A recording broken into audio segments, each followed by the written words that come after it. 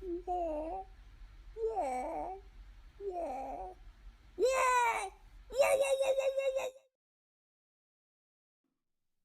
We've got a double dose of Crash Bandicoot right there. How you doing, Ahood? I see you're here. How's if anyone else is here? I messaged out to Stat201, said, hey, we can do some work today. Ahood, do you have questions over some BAS 320, I believe? I'm pretty sure BAS 320, right? Sometimes I get the 320 474s confused. I'm like, oh no, I switched it up. I got a glass of water today. Nice and healthy water. Water. Who's ever said that? You know, after you go for a run, water does taste excellent. I didn't go for a run, but that's when people are like, oh, water just tastes so good. With that, we can hop over here. We can start talking about some 320 and kind of maybe go over some of the material we've been doing in 320 lately. And let's hop over there on this Wacky Wednesday. How you doing, Crash? Don't be silly, Crash. I love that animation of Crash right there. So we are over here and kind of going to review it a little bit. You know what's really great? What's really good is we can talk about correlation right here, and it actually applies to 201 and 320. So correlation is being covered right now in 320, kind of more in depth, and in 201 it's also being covered. So when you think about correlation, you want to think about two quantitative variables. Like if you have people's height right here, we're just putting in random heights of people, and he'll make this person really tall, make this person a little bit shorter, make this person about average. Well, I don't know, they're average female, average male. And so we've got the heights of 7 people. So now I need the weights of 7 people here. So I'm going to put in some weights right here. Sure, 150, 180, 180. They weigh the same weight. And this person, since they're much taller, 230. This person's a good bit shorter. These are all just random weights right here. Not totally random, but there should be some sort of correlation right here. If you notice, you can kind of trace back, and this might help to see it if I kind of do some separation right here to where we have the observations below their weight value or above it. Is that one question that you could tell me how to? Yeah, that's really good right here. We'll cover that right here. So when you look at, and then we see the weights right there, you can see these two people weigh 180, that person weighs 170, this person a little bit lighter, this person's a good bit lighter, this person's a little bit heavier. And when you do practical significance, so first we need to check for Watahood. This is a good review for 201 too, and you can actually, we don't do correlation this way, but I never do correlation this way. I never do it. There we go. That's the, wow, that's a strong correlation right there.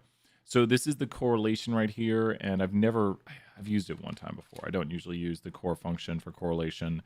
Can we see significance? I don't even know what Kendall is. That method, I don't know.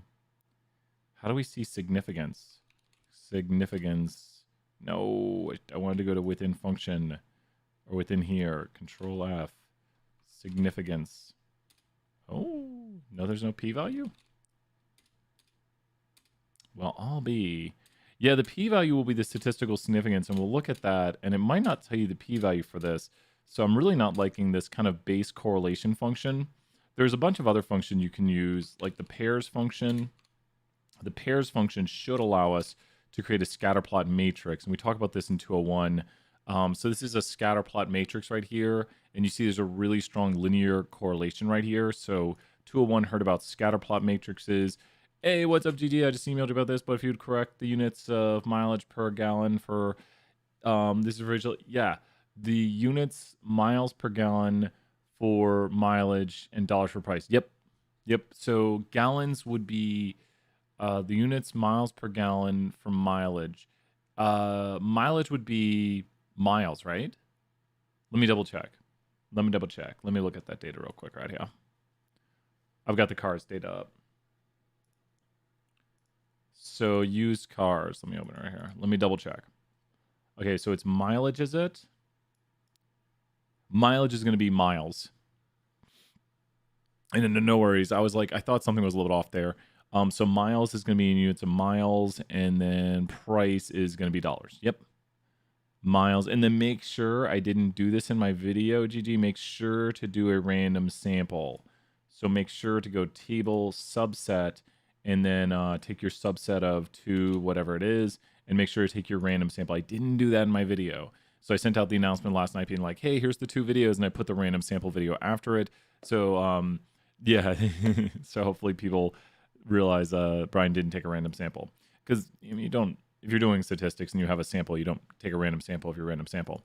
And so we're kind of doing this right now, Gigi. We're kind of we're looking, we can do a regression on this. Check this out right here, Gigi. We have height and weight, and we're predicting height. So the way this works right here, if you look at the formula I've written, I know who this is good practice too, and we'll look to see if there's practical significance.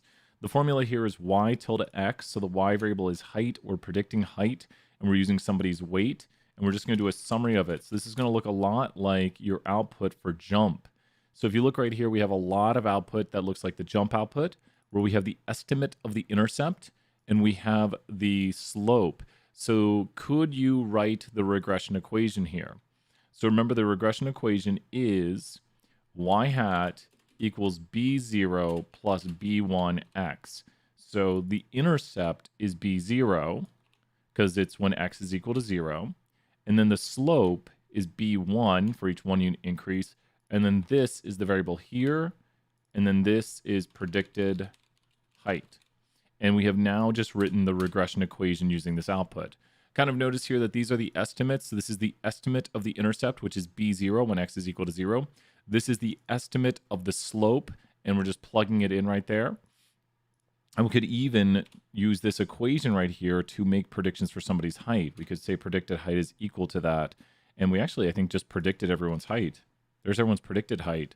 Awesome. Yeah, and this is kind of how we will do it in like 320. And you notice we can just get all the predicted, I got everyone's predicted heights right here. So I used the equation right here to make predictions for everybody's height. And then we could actually get the residuals. If you do residual, and we'll do the left arrow, equals the actual height somebody is minus the predicted. Remember, a residual, we'll just put a note right here that, let's do it right here. And we'll do another line. Residual equals actual minus predicted, a good note from 201. And we can store this right here, and we actually have all the residuals. So this is all the residuals right here for the whole thing, and we could even easily plot the residuals by going here and making a residual plot, which is something we'll talk about later today. So this is kind of a review for 201 right here, which that's a pretty decent residual plot. So all these little things you can do, and AB line. So let me talk about correlation here and go into specifics. Horizontal equals 0, col equals purple. There we go. Now we got a horizontal line at purple right there showing us where the kind of 0 is. That's where things are perfectly on the line. So you can see here our second dot, which should be very, very close to our model. And let me visualize our model right here. Oh, I don't have that on. Library, reg class, and visualize model. And the second dot should be very close to it. And let me increase the thing here because it's taking up too little space. Okay. Now the second dot should be very, yeah, look at that. Or is it the third dot? The second, oh yeah, there's the red line. The second dot is very, very close. Ooh, we got these 2 dots really, really close. That's the fourth dot is really close, but a little bit below. So the 4th dot should be very close, but just a little below. 1, 2, 3, 4. Oh, because it's doing them in order. This is the ordered version of it. So we're not doing them by the plot. It looks like this one right here. So we've got all the data out here. And one last thing. Okay, let's talk about correlation here a little bit, and Ahood, kind of go into yours. For visualization number 6, how do we determine if the correlation is strong negative correlation or just a negative correlation? So to figure out if a correlation is strong, weak, or moderate, well, I don't think we have to talk about for visualization number 6 if it's strong, negative. We have to talk about the intercept, the slope. We have to talk about statistical significance, and we have to show the plots, right? Is that correct? I'll bring it up right here just in case. I don't think we have to talk about that. I talk about it in the video, I think. In the video, I sometimes do more teaching. If you notice, I kind of try to interweave some topics so you can hear the topics again, and you get a little bit of review by watching the video to be like, oh yeah, strength, direction, form, unusual features is how we describe these plots. And it's just how we do a scatter plot. So if you look at the scatter plot, I made all the way back here. That's not one of the ones. Here's the scatter plots. this scatter plot right here is very strong, positive. I wouldn't even call those outliers. It's a very strong, positive linear association between height and weight. So we would talk about that there. I'm going to bring up visualization number 6 just so I can double check. Yep, here it is right here. So you will talk about the intercept, interpret the intercept in context. That is huge. I think that's where a bunch of people are going to lose points, is they won't interpret the intercept. So you don't just want to say what the intercept is, you want to interpret the intercept in context. Like many people will say the intercept is this. You're going to lose points. You have to interpret the slope in context. Many people will say the slope is this. You'll lose points. And then to see if something is statistically significant, do we check the intercept to see if something is statistically significant or the slope? Do we check the intercept to see if something is statistically significant or the slope?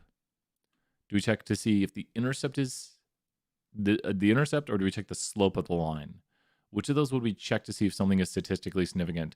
The intercept, which is where it hits 0 over here at my elbow, or we check the slope of the line? Which of those sounds like a line that's...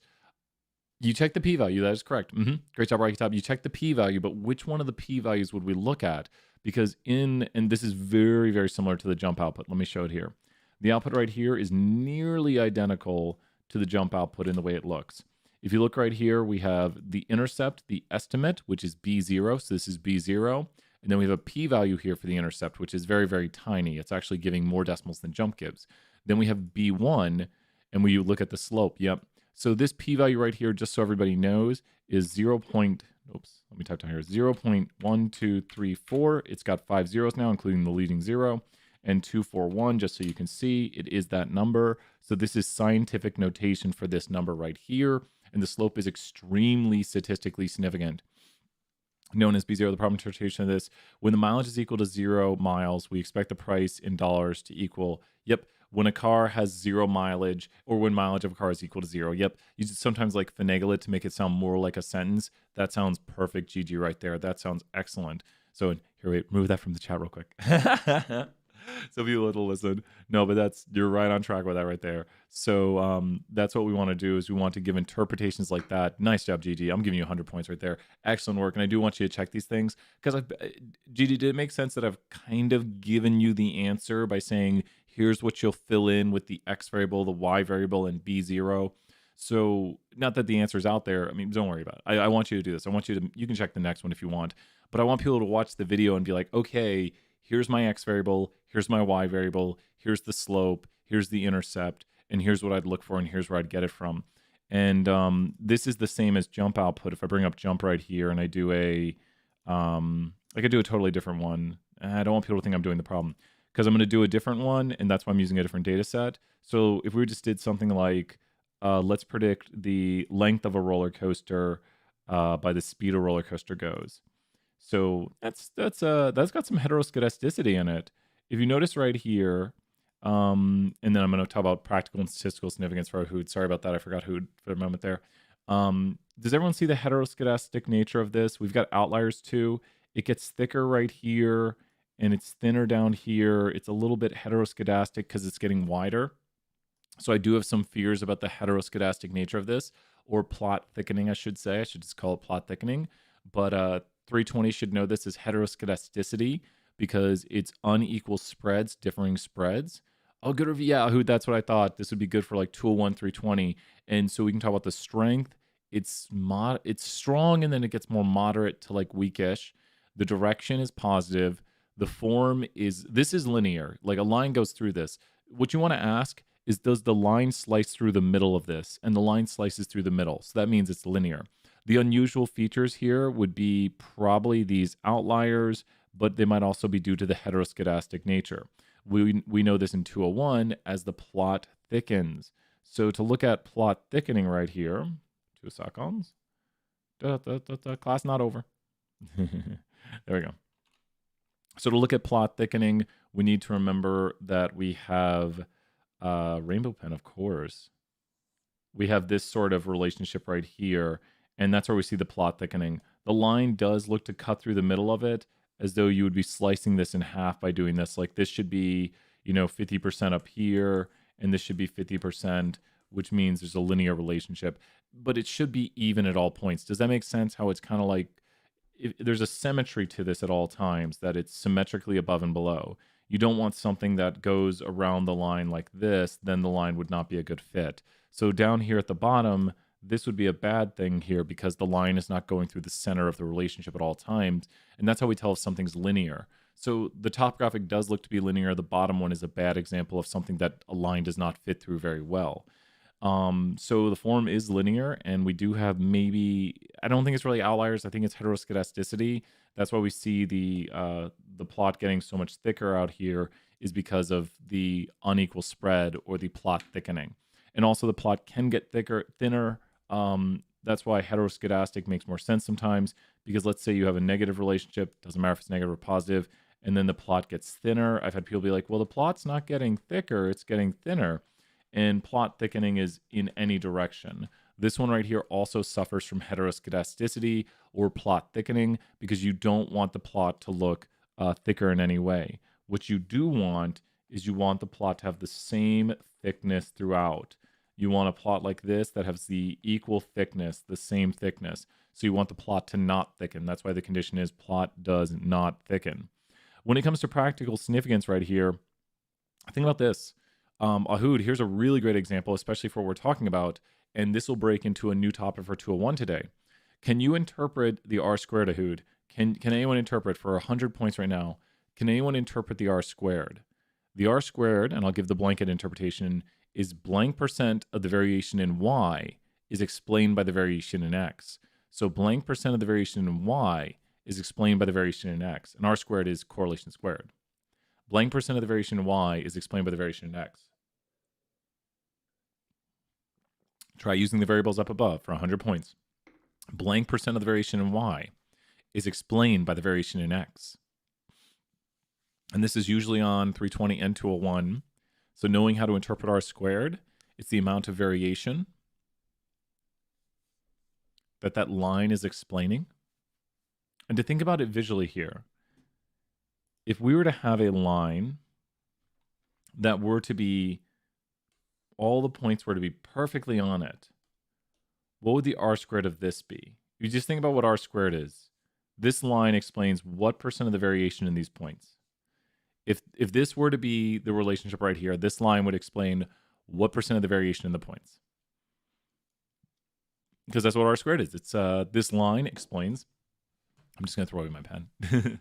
This line explains blank percent of the variation in the y variable. Blank percent of the variation in y is explained by the variation in x, which the line is the relationship x and y have. And so this one right here would explain 100% of the variation. So this explains, this is an r squared of 1. So this is r squared of 1, because that line is explaining all the variation. And this is getting into practical significance. And then this line right here,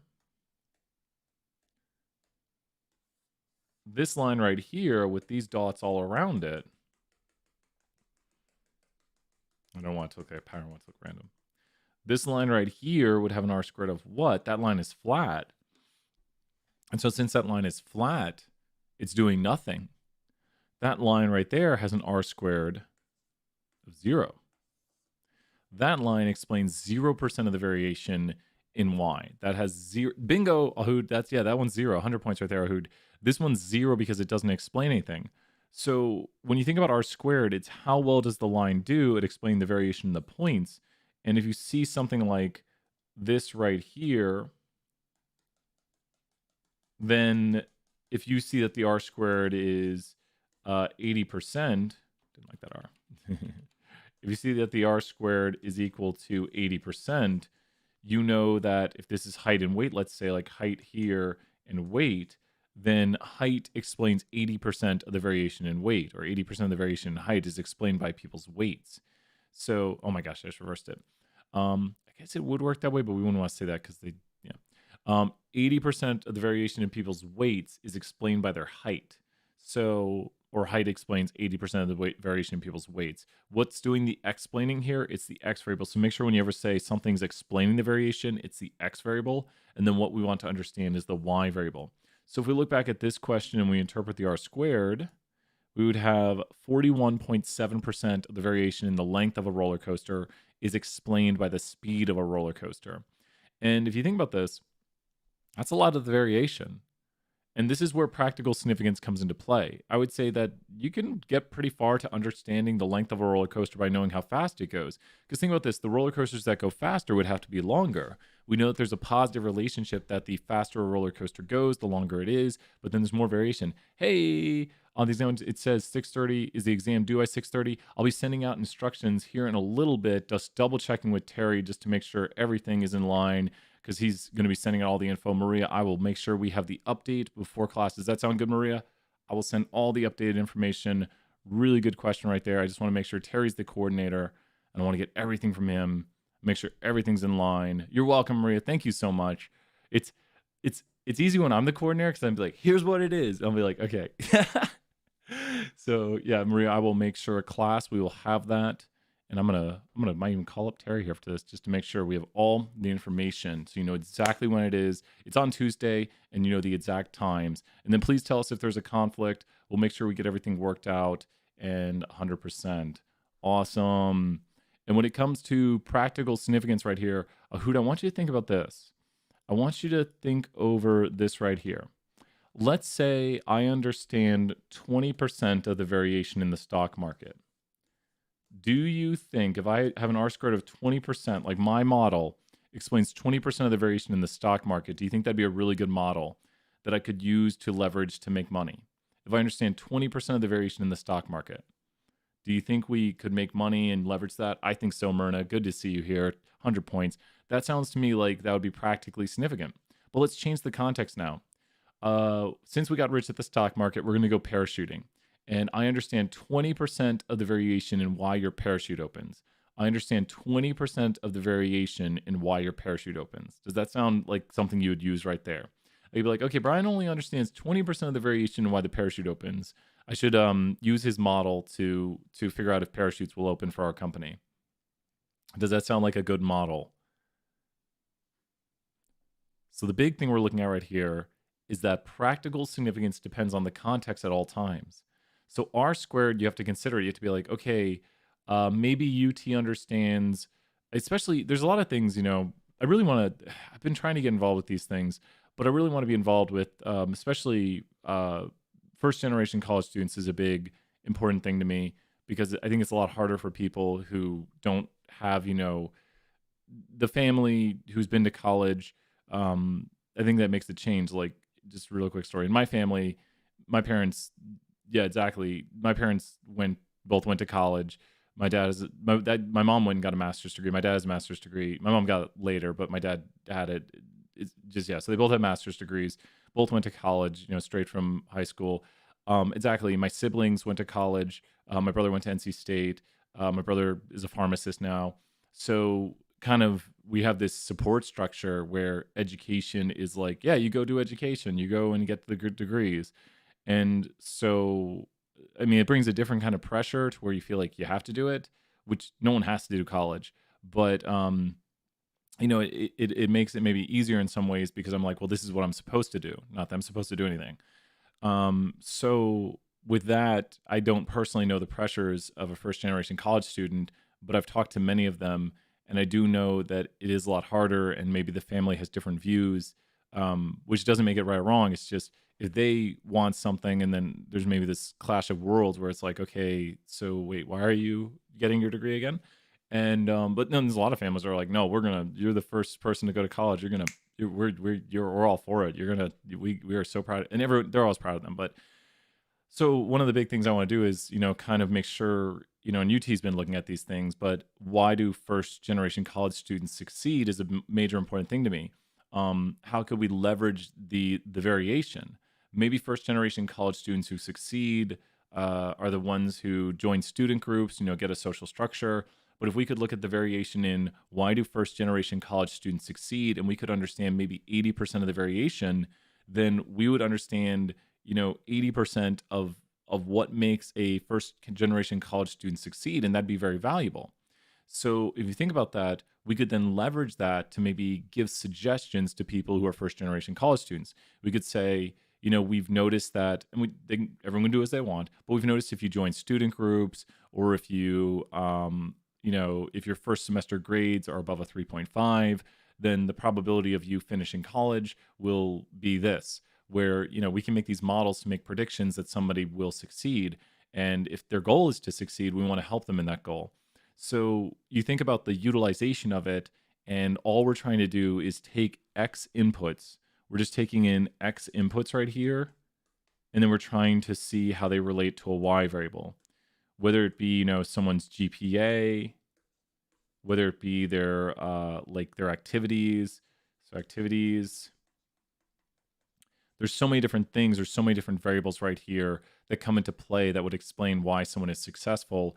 And then the big important thing here is the R squared, because the R squared is the percent of variation we understand in the Y variable. So when you think about it, when we talk about the probability of somebody succeeding, we can look at it as, like how much variation do we understand and if someone will succeed.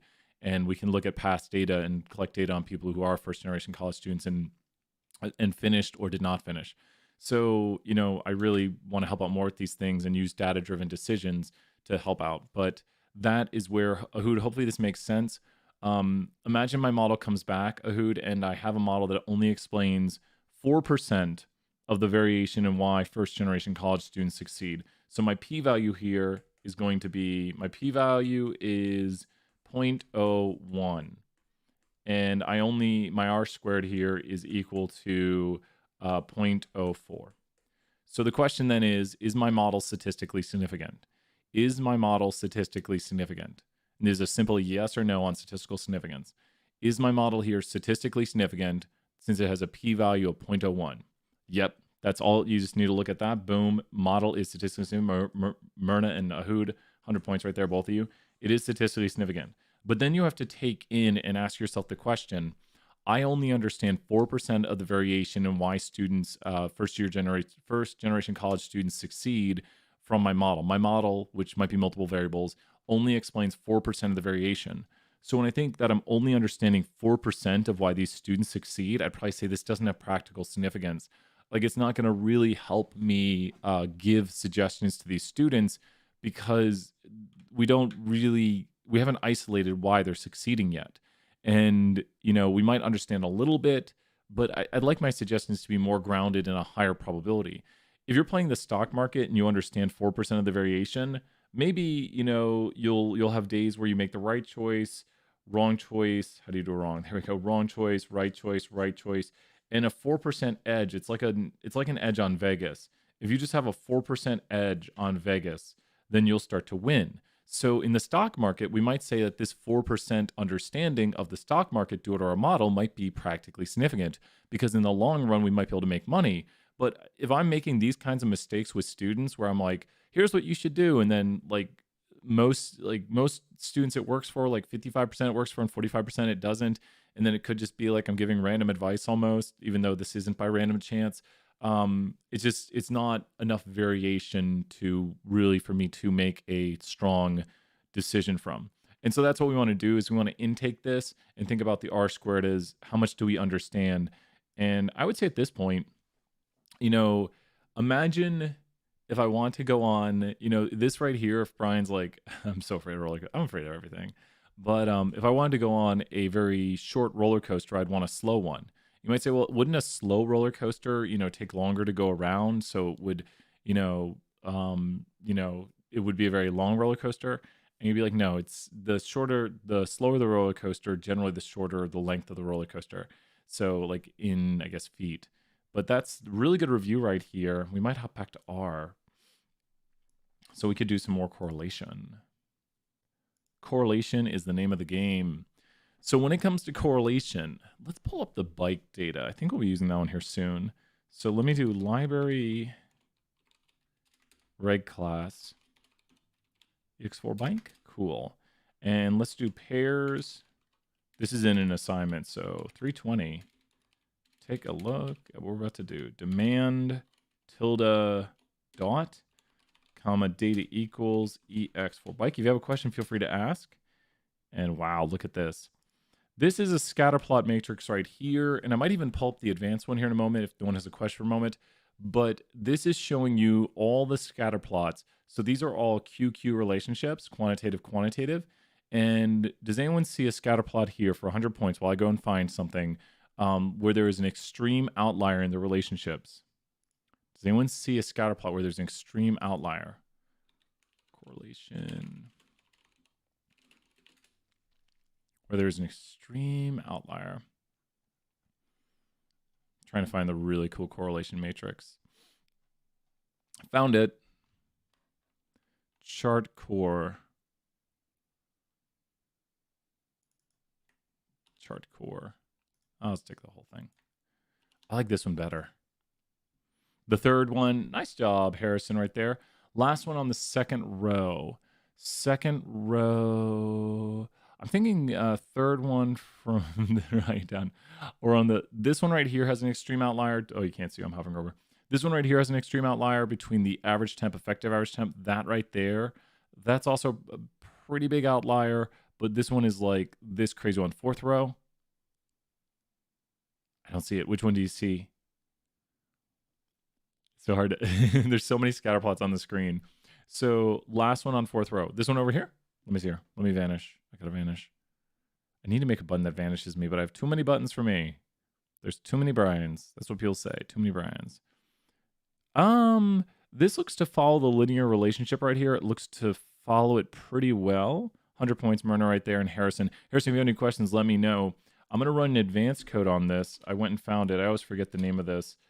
Oh, good. Do I have it? When did I download that? Well, apparently I did. And then chart core, my data. So they're taking all the rows and certain columns. Okay, got it. Okay, so EX4 bike should be able to do it, right? It should be able to do it. Okay, cool. So we just replace that. And invalid graphic states, that's fine. We fix it. So this one's even cooler right here. This one does even more for you. Oh, I hate that it puts the numbers so small. Oh, because these are the correlation values, and the smaller the correlation values, the smaller it makes them. So it's actually showing you the linear relationship to or lack of it. It's really a cool function right here. And so this is a lot going on right here. But which of these looks to be the most linear? Which of these looks to be the most linear? And it doesn't put the variable names. That's not cool. So, oh, it does. It's just on top of here. That's average temp and effective average temp. I don't like that. What is it? I can't think of the way to change character text to a different color. I don't like that that doesn't look that color. Let me try doing one thing right here. If you change the size of the graphics and you remake them, there we go. Wow, look at that. That's way easier to see. Okay. So now we can actually see what's going on. It's just the way R works, having used it a lot. So this is a lot going on right here. All of these histograms are showing us the what of a variable. Showing us the what of a variable. So every histogram right here is showing us the what of a variable. Row 5, column 4, row 5, column 4. 1, 2, 3, 4, 5. That looks to be a little nonlinear. Do you see the nonlinear to this right here? So average humidity and average wind speed look to have a little bit of a nonlinear. It's still monotonic, but it's nonlinear. So we're doing 320 right now. So does everyone see here that this is negative nonlinear monotonic? Does that make sense? And you can see that some of them are decently linear. Like this one up here is decently linear. It's got a little bit of nonlinearity in the middle. And this one right here is the most linear relationship, but it has an outlier, and that's between average temp and effective average temp. The stars up here are statistical significance, where I believe this is below 0.05. 2 stars is a p-value below 0.01, and then this is probably 0.001. That's usually how they signify statistical significance. Does anyone look at this and feel like they understand it, or is everyone like, this is way too much? Because what you have here is the correlation between all these. You have between demand and average temp is the correlation of 0.56, which is a moderately strong positive correlation, mostly linear. And you have here between average temp and effective average temp is a correlation of 0.99, which is statistically significant, which is very strong positive linear, and has a pretty extreme outlier right there. If you notice, we can talk about the strength, direction, form, and unusual features, and also statistical significance right here. So this is like a mega graphic showing you just about anything you would need to know about correlation. So if you're able to understand what's going on right here, you're really good. All of these histograms here are univariate. All of these scatter plots are bivariate. And then you have the correlations right here. and the red line is to look for the linearity of it, and this is the statistical significance. So if you understand this screen, you understand a lot of concepts. That might be concept overload. Let's take a question from the chat right now. What are people thinking about? And I need to return because the graphics off the screen. Everyone's like, Brian, that was way too much. What questions are there in the chat right now? We can go back to our usual graphic that we use. We usually use this one. You can tell that's a lot less going on right there. What questions are there? That was strength, direction, form, unusual features, and statistical significance, all in one graphic. It's probably a good analysis thing, but displaying that in like a meeting would be probably overload. A lot of things I've seen on making graphics are like, try to keep it simple. Isolate the concept you want someone to see, so that way it draws their eyes to it. Like, it's a very good analytics tool, but not a good, here's what I'm doing tool. Like, here's what I want you to see tool. So let's see. In 320 right now, a big function we are using is the associate function. Let me put a timestamp for myself right here. How to use associate function. So in 320, we're using the associate function, and this week we're doing correlation. I'll mention the other thing. So with correlation, you could go here and choose two of these variables, such as average temperature and effective average temperature. So we see them right here. Let's go to AVG temp, and we do tilde effective average temperature. And then we do data equals. I'm going to do it on the next line. Data equals EX for bike, comma, seed equals, to do the randomness the same, 100, and permutations equals 500. These are, you don't have to enter in the 500, but I'll increase them in a moment here. But this is going to create a scatterplot matrix, or scatterplot with the histograms on the side. And here it is. And we get a very similar output to what we were just seeing. So we have here the scatter plot, and we can see the extreme outlier. We also have the univariate relationships of effective average temperature, which is slightly normal, slightly normal. And then average temperature right here is also kind of normal. Now down here at the bottom, these are the two types of correlation. The two types of correlation we have are Spearman and Pearson. And people in 201 should know Pearson, because Pearson is when you have linear correlation. Pearson is linear. Spearman is non-linear, but still monotonic. So I like drawing this S right here. S for Spearman and P for Pearson. So we've got an S for Spearman and a P for Pearson. So Pearson is when we have, and I'm going to put the notes below it today. So this is how to differentiate between Spearman and Pearson. No, can I not go? Let's go here. Let's grab this. Let's grab this. Really? There we go. Look at that. Did I lose these points? We don't need them. Where we're going, we don't need those points. So this will be only linear. So this is linear and doesn't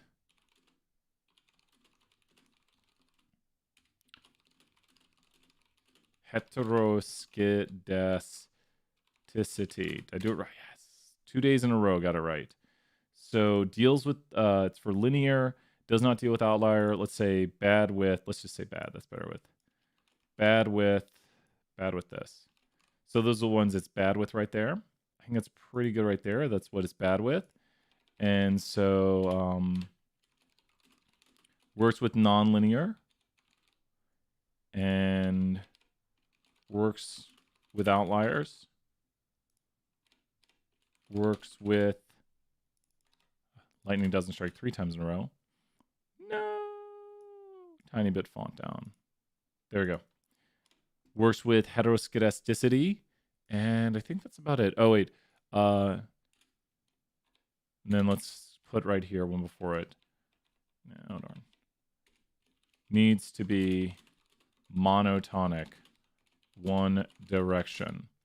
So it needs to be monotonic. Must be going in one direction right here. So that's a must for it. So needs to be monotonic. Needs to go in one direction. It's going to kill me if those must be. must be monotonic.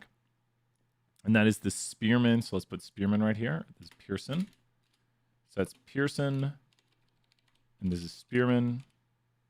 This is a decent review of Spearman and Pearson right here. So we can see that Pearson is going to be the one right there. And here's Spearman. Ignore once. Cool. And we're almost got everything we want. 13. No. 15. Yeah, there we go. I think that's got it. So here's a really quick review of Spearman and Pearson. Spearman must be monotonic, goes in one direction. Really doing the classic. Like, must be a valid number. 12.8 is a valid number. It doesn't let you do the decimals anymore. They realized everyone did that for their homework. Would change the decimals just one decimal. I swear that used to work. So we want 14. Okay. So Spearman versus Pearson. And I've got everything the way I want it now, almost. Okay, ask those questions if you got them. This is a really good review right here of Spearman versus Pearson. And hopefully you can see the S and the P right there. But Spearman must be monotonic, go in one direction. It works with nonlinear, works with outliers, works with heteroscedasticity. Pearson is bad with outliers, bad with heteroscedasticity. So you don't want these things right here. You don't want heteroscedastic, and heteroscedastic is plot thickening. So you could have something for Spearman right here. Second time today. You could have something for Spearman that looks the following way. Spearman could definitely be something like this right here, where it gets heteroscedastic. And then there could be outliers, but this is a Spearman would work perfectly fine on this. And you could have outliers in this, and Spearman would work fine. Pearson is really only intended for linear relationships. It doesn't matter if it's weaker. We can make it weaker right here, but Spearman is going to work well for this linear that has about an equal strength throughout. And what do we mean by equal strength? We mean that the spread is about equal, where this one has the heteroscedastic relationship. So that is plot thickening right there. And you can see on the right over here, Spearman has the heteroscedastic and the Pearson does not. It has about equal strength throughout.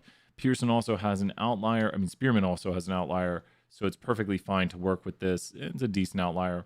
We could change it up and we could make it so it's a little less. It's still, actually, that's nonlinear totally now. So this one is nonlinear and it's got a big outlier down there. So we've got this right here. It's a little heteroscedastic. If we make it a little more heteroscedastic. So that's a thickening plot. So now this one over here has heteroscedasticity, and this one on the left side does not have it. If you have questions, feel free to ask. I've been kind of just doing a review for 320 right now, but it's your call what we do. This needs to be homoscedastic, same thickness throughout. So this is kind of a review of Pearson versus Spearman. We got it in the review of the office hours now. Let's hop back over here to R. So knowing this output's important right here, we're going to look at the output of it over here on the left side and make sure we understand what's going on. And I'm going to reappear. So we want to look at this output and make sure we know what's going on. It's such little output. Little bits. So with this right here, we see that the value of Pearson and Spearman are basically identical. And since there's only one, I'd probably use, I don't know. It's so linear. This is such a conundrum. This one's so linear, and it just has one extreme outlier. So if this outlier wasn't here, if you didn't have it, the obvious answer would be Pearson. If someone says, here's the two answers that you could put on the test. There's only one extreme outlier, and the relationship is mostly linear, so I'm going to go ahead and use Pearson. Here's the other answer. There's an extreme outlier, and because of the extreme outlier, oh, that's so good. That's what I want to hear. Yeah, this is good practice. And knowing Pearson versus Spearman is key. To know Pearson is linear, like my Pearson for 201. We go to my Pearson for our assignments. And then Spearman is nonlinear. So can I make a nonlinear? Let me look up something real quick. Sigmoidal equation. Sigmoidal equation. I think it's like an E. What is the... Oh, I should know it. I can do it. I can write a sigmoidal equation. I did just Google it, but I think I know how to write it. Okay, I'm going to try to write a sigmoidal equation. I'll show you what a sigmoidal would look like if we ran it through the associate function. So the equation would be something like e raised to over 1 plus e raised to. And so we need exp e raised to 1 point plus x right here over 1 plus e xp raised to 1 plus x. Okay, so this is our equation right here. And I need to put this e raised to the equation over 1 plus e raised to the equation. Got it. And now we're going to make a vector x. X goes 1 through 100. And then what we're going to do is we're going to put a little randomness on this. We're going to go plus random normal. And we'll do, it needs to be one number. And because this is going to create a vector right here. Oof. Oof. Yeah. Oh, I see what that did. I see what that did. Let me go negative 60. That's not going to help it, is it?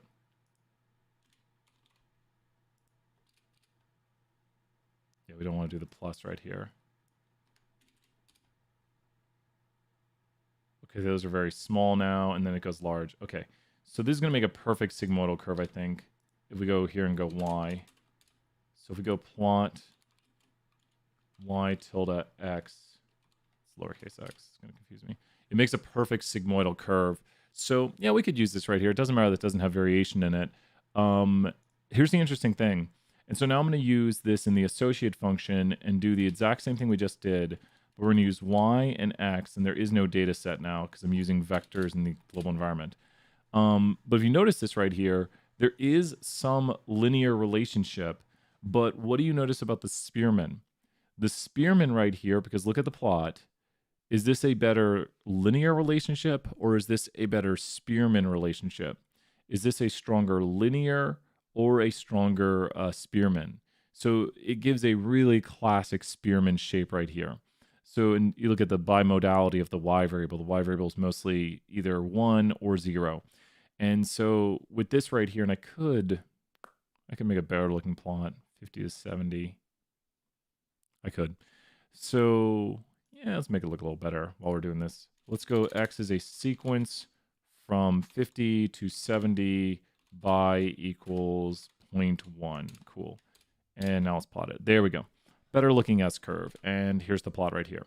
So it's basically the same idea, and you can see more of the S shape, which is going to be a really strong sigmoidal curve. And what do you think this Spearman will be equal to? So because this is like a perfect S shape, what do you notice? This red line basically behind me right here is exactly where. Where is this red line at? It's perfectly at what? Because this is a perfect relationship for Spearman. It perfectly follows the order. It's at 1. And I'll show you how Spearman's calculated here in a moment. So it's at 1, and then this one over here is 1 just extreme as at -1. So you notice in the output that the Spearman is stronger than the Pearson. Now don't just look at the output and say, oh, Spearman's stronger, I should go with Spearman. You want to look to see if it exhibits features like this, like nonlinearity. Due to the nonlinearity of this, the nonlinear, still monotonic, always goes up. What does monotonic mean? One direction. It's always going up right here. It doesn't go down at any point. So due to the nonlinear monotonic relationship, we would go with Spearman. If I put this on the test, it's an obvious Spearman. So I try to do obvious things on the test sometimes. Even though these both are high, you'd want to go with the Spearman, and it's perfect Spearman. So how is Spearman calculated? How do we calculate it? Watch this. Here we're going to go with people studying for a test, and we're going to calculate Spearman by hand. To calculate Spearman by hand, all we're going to do, and I need to set up that button. All we're going to do to calculate Spearman by hand is go for how long people studied and their grade on the test. And we're going to have down here 0 hours, and we'll have 0, and we'll have 10 hours, and we'll have 100. Okay, so this person studied 0 hours, and they made a like a 10 on the test. So that's what they made. They studied 0 hours, and they made a 10. And this person right here studied 1 hour, and they made a 20. And this person right here studied 3 hours, they made like a 25. This person studied 4 hours, they made like a little higher. 5 hours, we're going to start making these grades higher. So what I'm doing here is I'm drawing a relationship that is perfectly Spearman. And then we'll go up here. We'll say all of a sudden these people start acing the test. So if you look at this, we're drawing a relationship that kind of makes an S shape. It like wiggles through, but it constantly goes up. So it's kind of a little bit linear, isn't it? Let's go back in time. Let's make it really S shape. Here we go. You ready? There, we're going to make it S shape. Because we don't want it to be too linear. Now that's a good strong sigmoidal curve right there. That's a good nonlinear. So at this point, due to the nonlinear, we don't want to use Pearson, because if we put a line through this, the line does not go through the center of the data. So that's a line attempting to go through the data, and you notice that at some points it's lower, some points it's higher. This is a misusage of Pearson's correlation. We need to go with Spearman's correlation. So how are we calculating the Spearman correlation? Well, what we do is we go down here and we say that this person down here with the 0, 0 or the 0, 10, they have the lowest X and they have the lowest Y. This person right here is the second lowest X and the second lowest Y. This person right here is the third lowest and the third lowest. This person's fourth and fourth. Do you see how I'm ranking them? Does that make sense that this person's going to be the fifth highest X? If I go across this, they're the number 5. And if I go up this way, they're number 5 that way. So I'm just assigning them ranks by where they are in the order of this. So this person's 6 and 6. And I made this perfect for a reason, because it constantly goes up on both scales. And I only put 9 points. But if we were to do this as a data set, we would go here and make a data set like this, and we'd put here the rank of X and the rank of Y. And what would we have? 3, 4, 5, 6, 7, 8. We'd have here 1, 2, 3, 4, 5, 6, 7, 8, 9. 1, 2, 3, 4, 5, 6, 7, 8, 9. And look at the correlation between the ranks. The ranks have a correlation of what when you correlate the ranks with each other? The correlation between the ranks is what? So if I turn the points into their ranks, like where they are on the scale, like this point right here is going to be the third furthest point on the X scale, and it's the third furthest point on the Y scale. Like if you go up, it's up 3 points, and it's over 3 points. Like it's the third lowest point. So that's the point we're talking about right here, and it perfectly correlates to its Y rank. The X rank is perfectly correlated to the Y rank. So Spearman's correlation is correlating the ranks. Does that make sense that we are taking and turning everything into a rank? So here's the crazy thing. If this point were to be moved all the way over here, like above my head, so we move it all the way over here, what is the highest rank? What is the highest rank it could have for the X's? What is the highest rank it could have for the X's? So this point has been moved it was right over here to start. We'll put a space pen where it was at. This point was right here, and then I move it all the way above my head. What rank does it have for the X's now? It was 9, so it was 9 right here, and then I moved it all the way over to the side. What rank does it have now that I moved it all the way over here? I moved it further over. Since I moved it further over, what rank does it have? So it will probably have on the Y. Did I say Y? Uh-oh. If I said Y, you are correct. I might have said Y. It did change its Y rank, but its X rank can only be 9 still. Does that make sense? It's still the 9th point if you go across this way. So its X rank is still 9, but its Y rank might have changed to something like 4, or I think 4, you're right. It'd probably be 4, so we'd have to go in here to this data set and change this one right here to the Y rank of 4, and then it would reorder these right here where 4 is, and that would become like 5, 6, 7, 8, 9. So it would reorder all this right here to 5, 6, 7, 8, and 9. So does that make sense? And think about this. Since this can only go as high as 9, that's going to lower the impact of what? Because any of these numbers right here can only be as high as how many points there are in the data set.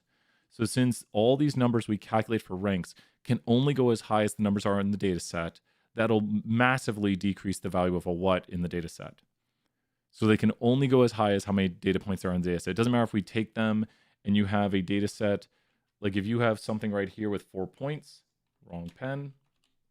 If you have something with 4 points, so we have 4 points right here, 4 points. And with these 4 points, we have a point here, a point here, a point here, and then we put a point all the way over here. Or all the way, that always does that, all the way over here. So with 4 points, these 4 points, this crazy point up here can only have values as high as what for x and y. That point up there can only have values as high as what and what with Spearman correlation. Since we're doing ranks with 4 points, you might still be saying 4. The answer for this will be 4 also. Does that make sense? So it's down weighting outliers. So the way Spearman does it by taking the ranks of all the points can't have extreme values. So you can't have something with a very extreme x or y value because you'll downweight it by turning it into its rank. So by turning something into ranks, it'll have the highest possible rank if it's an outlier, but that can't be very extreme. Does that make sense right there, Ahud? That with Spearman, everything becomes its rank, which tells you kind of where it is on the XY scale. And so it can deal with things like nonlinear, it can deal with things like outliers, and then heteroscedasticity, it kind of deals with it. It just doesn't have a problem with it. Like, because it doesn't really change the strength of it, because we're looking at the correlation between the ranks. So Spearman correlation is rank correlation. We'll put that right here. Rank correlation. So it's really just Spearman is really just Pearson correlation on the ranks. That's all Spearman is Pearson correlation on the ranks. You just turn everything into the ranks and then you correlate the ranks. Let's see what other questions are there. A lot of review of 320 today. It's one of those days like we just had a whole bunch of assignments come in, and so everyone's like, "Oh, we're finished now for assignments." I totally understand. I was answering a lot of emails, a lot of Discord last night, and great work, everybody. I know a lot of people are working really hard because there was a lot of assignments due last night. I think 201 had work too. I think they had chapter 6 due last night. Was it due last night? It's always hard because, you know, I'm not like, I do the assignments on different days. I always try to do them ahead of time. So that way, and I think it was due last night. 201 had chapter 6. And then we have visualization coming up here, which I've been sending out reminders on. It's just easy when it has the same due date. Like, that's why for 320, we're trying to keep everything to Tuesday. So hopefully that keeps the reminder because we've switched back to Tuesday now. Let's think more about 320 here real quick. Just make sure they're ahead on the game on this. With 320, the associate function is so key right now. Knowing how to do the associate function and what's going on with it, where the formula is going to be y tilde x comma data equals. This is so key right here. So we could do things. Do I have survey 10 loaded up? I don't. What is that data set? Are these data sets? No, it's a function. Let's load up survey 10. Classic survey 10. So survey 10 right here, we can load things like height and weight. We already have a height and weight variable. And we can look at the correlation of these. So then the question becomes, do we use Spearman or Pearson right here? And this is a pretty decent test question with a pretty good answer to it. Would we use Spearman or Pearson? So to do a review, 100 points on the table, Spearman or Pearson? Which one? I'm out of water. I miss my green drink. I miss coffee. I need to get some tea after this. Get some tea, some peach ginger tea. It's got some nonlinearity to it. And I'll show you a trick. We got tricks for this. You ready? Watch this. I wonder if I can do it this way. This is kind of a one-line way of doing it. Is it gonna no choose order not found? Could not find function choose order? Choose is it choose it's choose underscore order. Oh, okay, let's make this bigger. And choose order lets you look at the nonlinearity of stuff. And if you notice, there's some sort of bend. Ahud 100 points. Ahud, I'm putting you to 1,000 for the week. Thank you for being here and kind of reviewing. But do you see we have some nonlinearity? There's the line. And do you see how if we fit a polynomial model like a parabolic or a kind of bendy trend through it, that there's some nonlinearity showing up? It might be easier with the graphic to see it versus just kind of imagining the line. Here's what the line does. So there's just the linear trend through the data. And here's the nonlinear kind of second order trend, which is a polynomial. and then the third order, which is a cubic, and then we can go up to fourth and fifth order. What do you also see down here, which is maybe an issue? We see some outliers. So if I'm going to choose one, I'm probably going to choose Spearman for it. And my justification would be slight nonlinearity. It's still monotonic, which we need just to make sure we see the notes again. When we do Spearman, we still need for it to be monotonic. That's key. But it can work with the nonlinear. So we have here some nonlinearity to this model. And then it can also work with the outliers. And there's not really heteroscedasticity. In this one, we really have, just to highlight, the graph we are currently seeing has more of an issue with nonlinear outliers, and it is still monotonic. So we've got issues with it where we see there are outliers and there's not heteroscedasticity. And that means there's no real plot thickening here. It's more of an outlier issue, I would say, with these points down here, which are probably pulling the model downward. You see that part's below it. So when you look at the results from the associate function, let's take a look at it. Here we go. The results from the associate function show that the Spearman is stronger. Now, don't just look at that. Like I keep saying, don't just look at that and use the answer from it. But with Spearman being stronger right here, it's probably picking up on the nonlinearity. And we see the p-value estimated to be 0, which means it is statistically significant. So hopefully everyone knows, I say this in all my classes, p-value means statistical significance, p-value below 0.05. And that means that we have evidence that there is actually a real relationship here between these points. And it doesn't mean there is, it means we have evidence. P-values are evidence. And then we have are we conclusive in our results? And the answer is yes, because 0.05 is not in the interval. Please ask a question if you have it. This is something we were reviewing last week where we looked to see if 0.05 is in this interval, and we're checking the Pearson correlation. So since 0.05 is not in the interval to estimate the p-value for the Pearson correlation, we would say we have strong evidence. We have conclusive evidence it is statistically significant. And that's pretty much it. And it's got suggestions for transformations. Oh, man, there's so many cool things. There's so many cool things here. There's so many cool things we can do, Ahood. It's just like we can look for transformations of our data to see if transforming it, which we'll get into, and it really doesn't look to improve it. But we do have ways of transforming the data, like trying power transformations on the data to see if it helps the R-squared. So without a transformation, we have an R-squared of this, and with a transformation, we can get an R-squared of this. So you can always try transformations of your data, like squaring it to certain powers or like square rooting it to see if like somehow changing the way the X variable is, or the Y variable too. And that brings with it its own set of problems because you're changing the interpretation of the data to like squared units or cubed units and converting it back. I don't love transformations, but some data, especially accounting data, if you're in accounting or finance, so if you're doing money data, accounting and finance, a lot of that is in large units or there's big scales to it. So oftentimes people use like a log-log transformation, there's the log 10. So sometimes people do a log transformation on their data in accounting. Let's see, what other topics? Who has topics? We're here, I think, for another hour. I should have put my big office hours on Tuesday. I think I'm running around on Tuesdays. Who has more questions? Ask questions if you got them. Who has questions? I'm going to wait for a moment here to see if anyone has questions. Yep. Oh, man. So many. Let's see. What would be another topic? We could talk about some 474 building functions. We haven't mentioned that.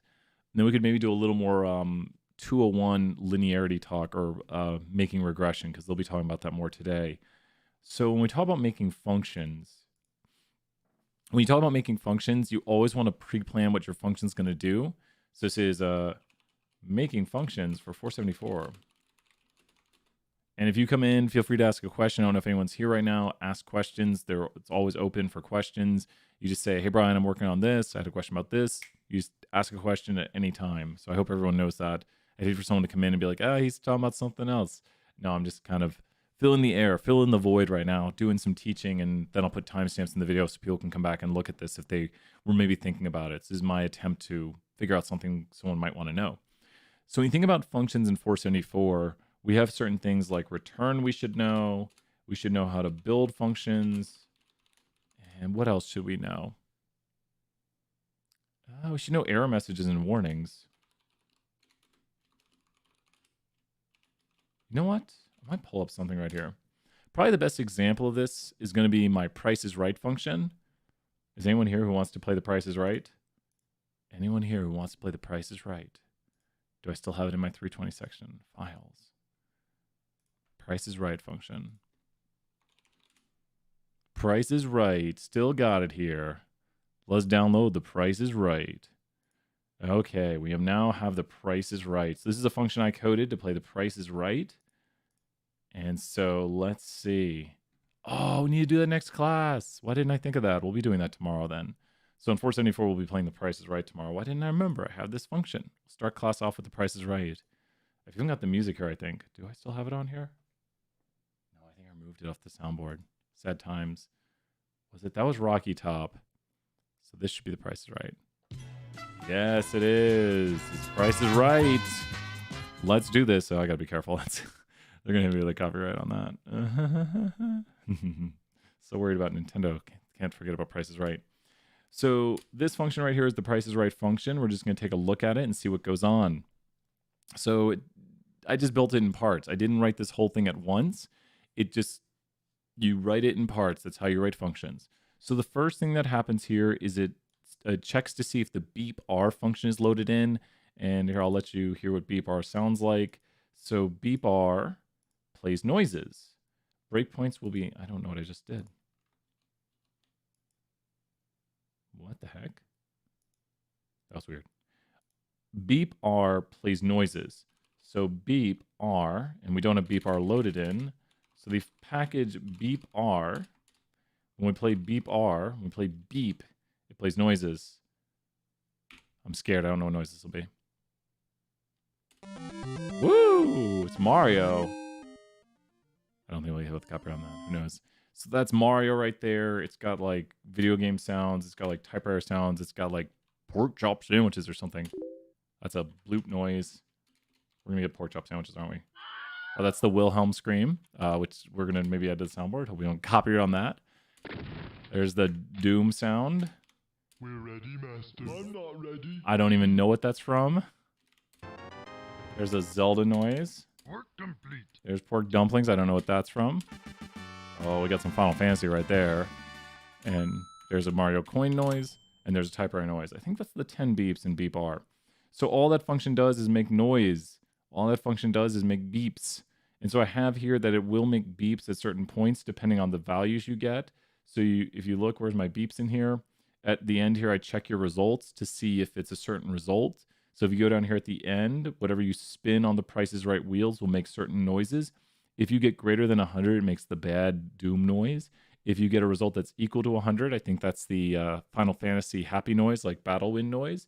And if you get a if you get a score between 80 but less than 100, it makes the coin noise, like Mario got a coin noise, which is pretty good. It's not as awesome as Final Fantasy noise. What does the function do starting from the very beginning? It loads in that package that makes the noises. So it checks to see if you have it. That's what require does. It makes sure it's loaded in the global environment. So when you run the function, it's like, okay, is that loaded? And it checks. And if it's not loaded, it loads it. The next thing it does is it creates a names vector. Because guess what we're going to do is we're going to ask somebody, and this is what readline does. We can run readline there here and we can see what happens. It says, how many players do you want? And we enter in 3. And that's what readline does. Readline just puts a line out there and then stores. I have it storing in your entry into, and so you go to players is the word 3 right here. So if players is contained in the vector right here, if players is not contained in the vector. So my if right here will actually stop the function. So this is something we were talking about just a moment ago, is we were talking about when to stop functions, and we can just see this happen if we go here to Price is Right. Let's run it and see what that code does. And so I run the function. It says how many players, and I say 6, and it gives the graphical error. So let's not view that. Let's go here to 6, and it says error in Price is Right. Please enter a value between 1 and 5. So if you see what stop is doing right here, it creates an error. So if you want to create an error and actually tell somebody what the error is, you can just go here. I said enter in 1 to 5 players. So now we have a different custom error message. We'll go up here so we can see it as we do it. And we run the function, we enter in 6, and it says, I said enter in 1 to 5 players. So this error right here is a conditional if somebody did not enter in a player amount. So it says the player amount they entered is contained in the vector 1 to 5. So if it was 1, 2, 3, 4, or 5, then this would come back as true, but we're flipping it to false. So if someone enters in something outside of that, which they could enter in, I guess, J, and it says, I said enter in 1 to 5 players.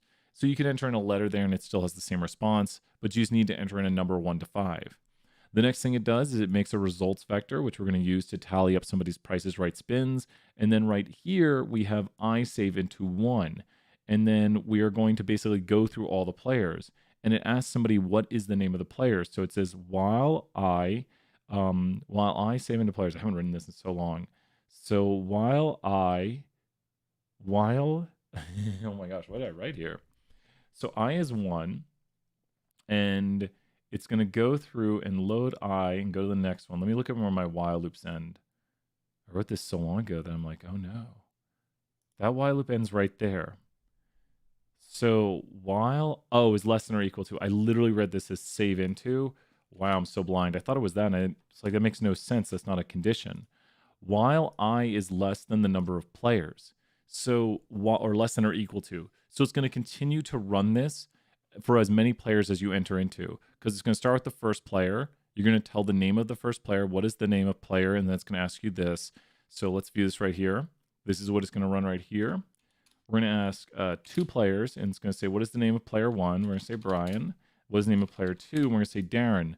So at this point, we'll have gone through the 2 players, and it's already calculated that we've done 2 players, and it'll go to the next portion of the code. If you notice right here, it starts up the next portion of the code where it says, it's your turn, spin anything. But what did it do before that? It went into this while loop, and it's doing the same thing by going through the amount of players. It puts in a response of nothing right now. And then we're going to start with the first spin right here. This is on the first spin.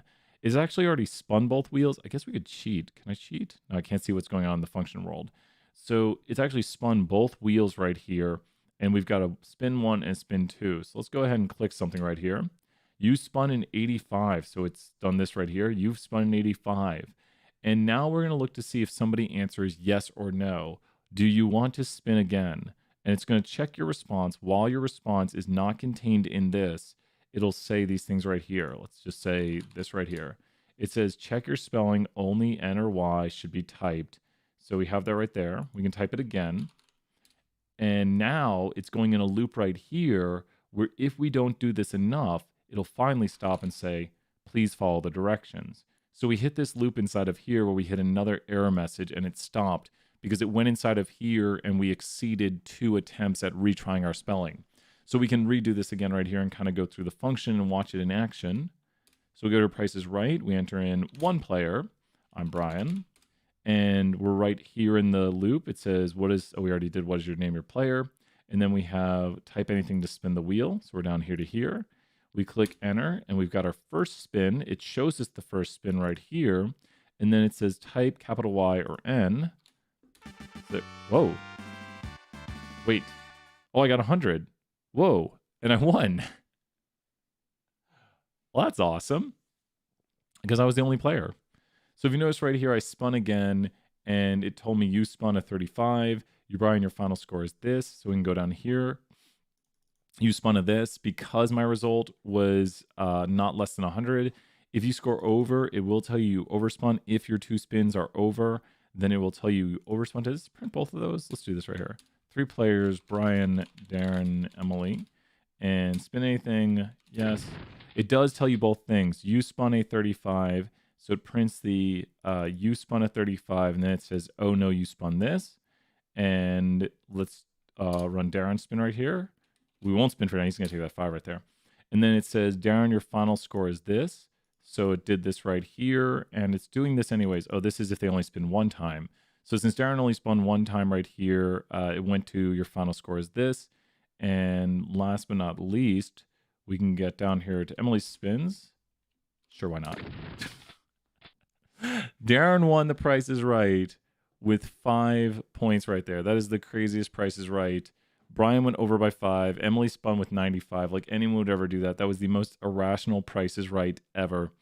And you can see that we make a data frame here to end. So we're making a data frame and we're picking the winner. Darren won with 5 on the Price is Right. Great job, Darren, right there. But hopefully you can see that this is more complex of a function. But a few things I want to highlight here are the stop. So if we go back here to warnings and error messages and try to understand what's going on, we could write our own little simple function right here. So let's say, let's write a function called say hello. So we're going to write a function called say hello, and we're going to write cat paste, and we'll write, and we'll just put word right here. And this function is going to be called say hello. So someone's going to input a word, and we want that word to be hello, and then this function will say hello. So that's what we want right here. Someone's going to input a word, and we want that word to be hello. So let's say hello. Let's write this function, and we're going to call this say hello. And now we're going to put this inside of here, and we want someone to input the word, and it's a little tiny function right here. And we're going to code this, and then we're going to type say hello, and we type hello. It says hello. It's just most ridiculous tiny function we've ever written. Just code it in. Let's throw one button. We're not hearing it anyways. We're going to code in little bits. So this function right here just takes what we put right here and goes here. And we could even make it a default to do this. Now we don't need to put anything in here. So now it'll say hello if we just run the function say hello. With this right here, think about this. We could take this function also and put in a stop message. And the stop message is going to be if somebody does not say hello. So let's go right here and do a condition. If word is not equal to hello, then run the code. Let's go print this function only says hello. And now let's do this right here. Let's run the function, and it works. But then let's put in hi right here. Oh, you see, and it does do it. Oh no, I didn't put in stop. Oops. Now we go. This function only says hello. So I did a print right there, but we want to do a stop. So we're saying, no, no, no, no, no, no. This function only says hello. Stop the function, shut everything down, game over. This function only says hello right here. But we have other options. We could do a warning, and a warning will continue the function, but it'll print out a warning, and then it'll keep running. So let's go right here, and these are warning messages we're talking about right now. Where do we have warnings right here? So we just did an error message, and now we're talking about a warning message. So the warning message is going to continue to run the function, shows warning, continues to run function. So now we're going to see just what the warning message does. Let's say this function is intended to just say hello, because we're not going to stop the function, so we may need to change the wording. And then we put out a warning right there. So it's actually kind of printing it over top of the other one. So you get this warning message right there. I think we could maybe fix that with the following. I think that will fix it. There we go. That fixed it. That's a special character to start a new line. So that's \n, which is a special character, and it starts a new line. So I broke apart. You don't need to know these things. It's just I've worked with text so much that I know if I want that to start a new line, I have to call a special character. And these backslashes are basically like superpowers that you don't see the \n. It just says start a new line before you do the next thing. So we get it on a different line. So it looks a little bit better right there. This still works, but I don't like the warning message appearing right next to it. So we see here the warning message, but once again, if we want a stop message, this is an error right here. Stops the function. Shows your error message. So let's go here, stop. And stops the function, shows your error message. And so the stop now is literally going to not print out hi. It's going to stop the function and say error, you can't do this.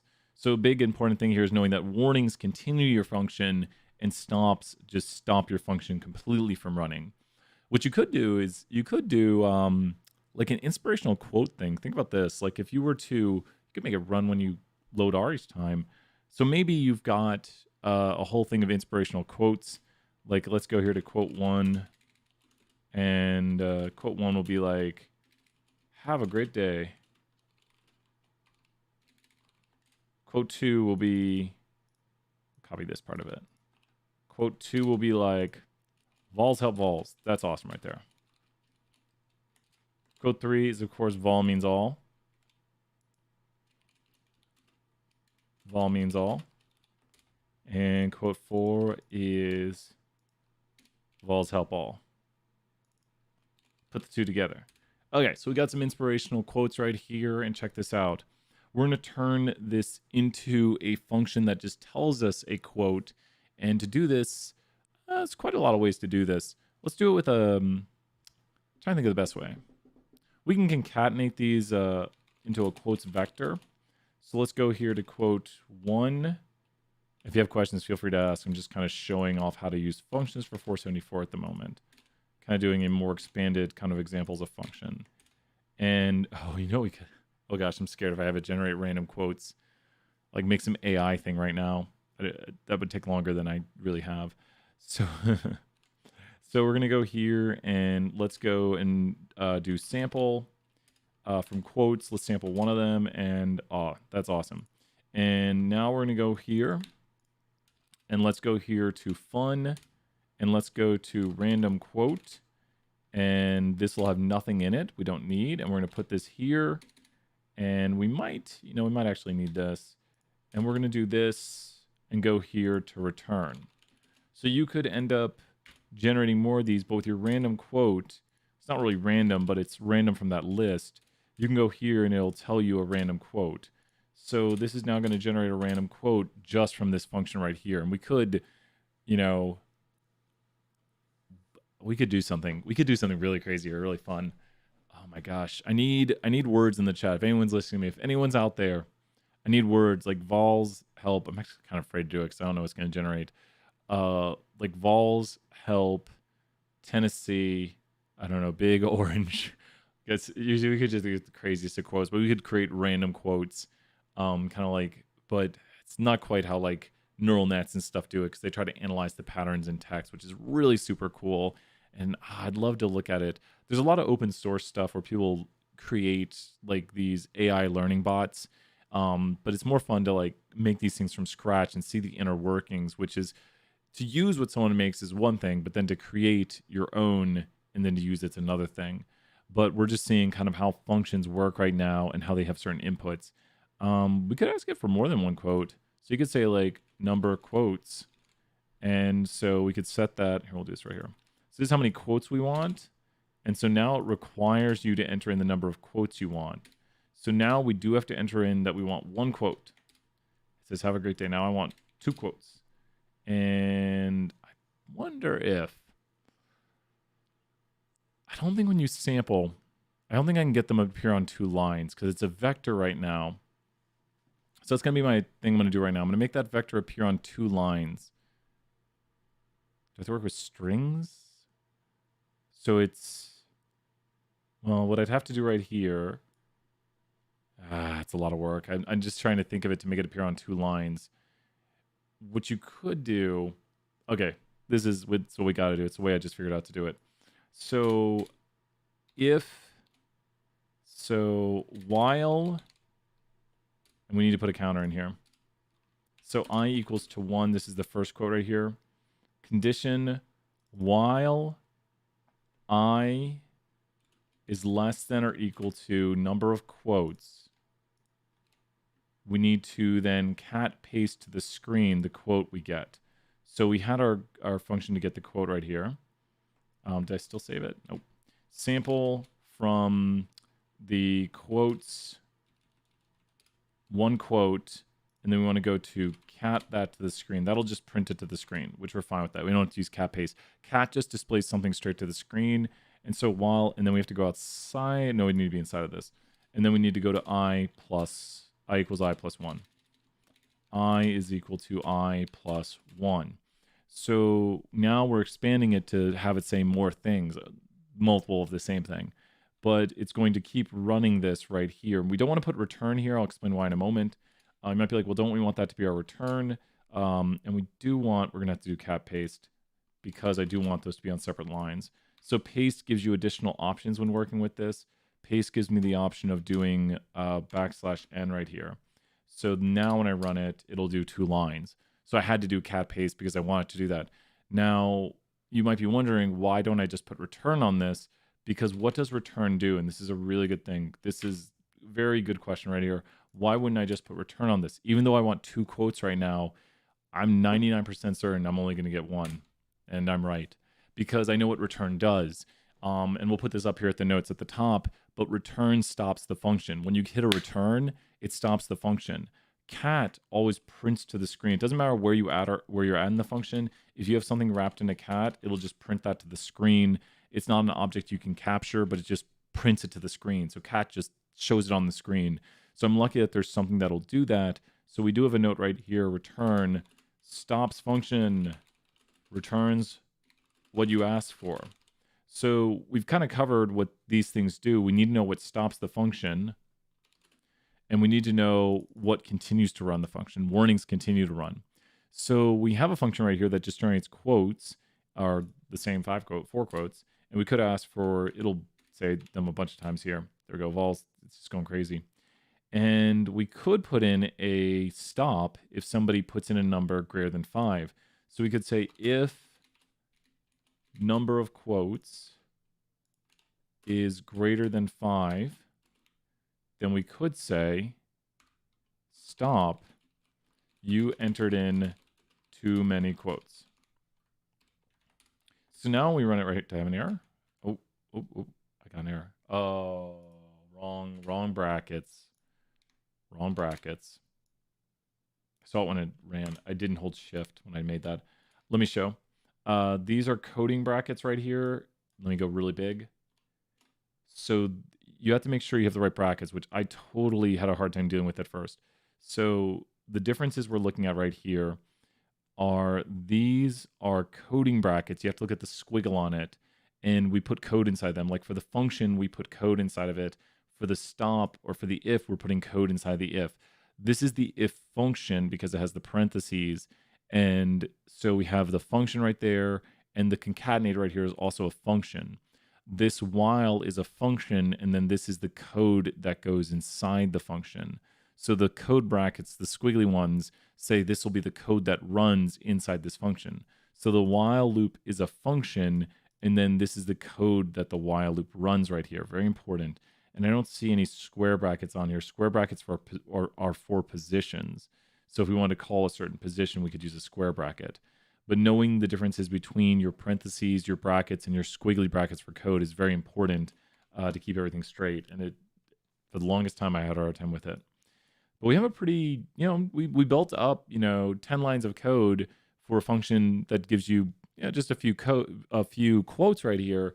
But this is kind of what coding night, you should expect coding night to look like for anyone who's wondering about coding night, if any 474s are here. If you have a question, feel free to ask at any point. But if we wanted to do something like this, we should kind of know how to build this bit by bit by bit. If you notice, I didn't write this whole function at one time. I'm trying to build to it in each moment, figuring out what I want it to do and how I want to augment it and make it bigger, I guess, to change it.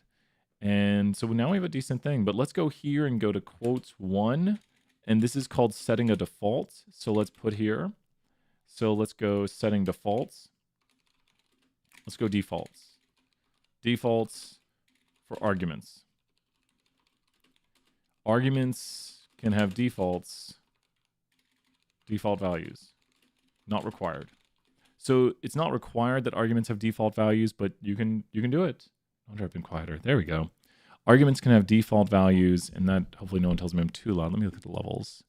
So arguments can have default values. I hope that's good. We'll see in class today. Arguments can have default values, and we've done this now, that the code is always going to generate one quote. Oops, not always generate one quote. If we don't put in a value right here, it'll generate one quote. And that's because up here we set number of quotes equal to 1. And so down here when we run this, it'll generate 1 if we don't put in a number here. We can put in 3 quotes and we can put in 2 quotes, but if we put in no number here, it'll generate 1 quote. You're awesome. This little, I thought it was MuBot for a second right here. We do have MuBot on, don't we? No. MuBot is not here. Let's see, are there any more questions here? Who has additional questions? We might hop off here in just a little bit. But does anyone have additional questions? We've gone through a lot about building functions right now. I think we've covered mostly everything. Another thing to know is that if we were to close everything in the global environment right now, this is something we make very clear in 474.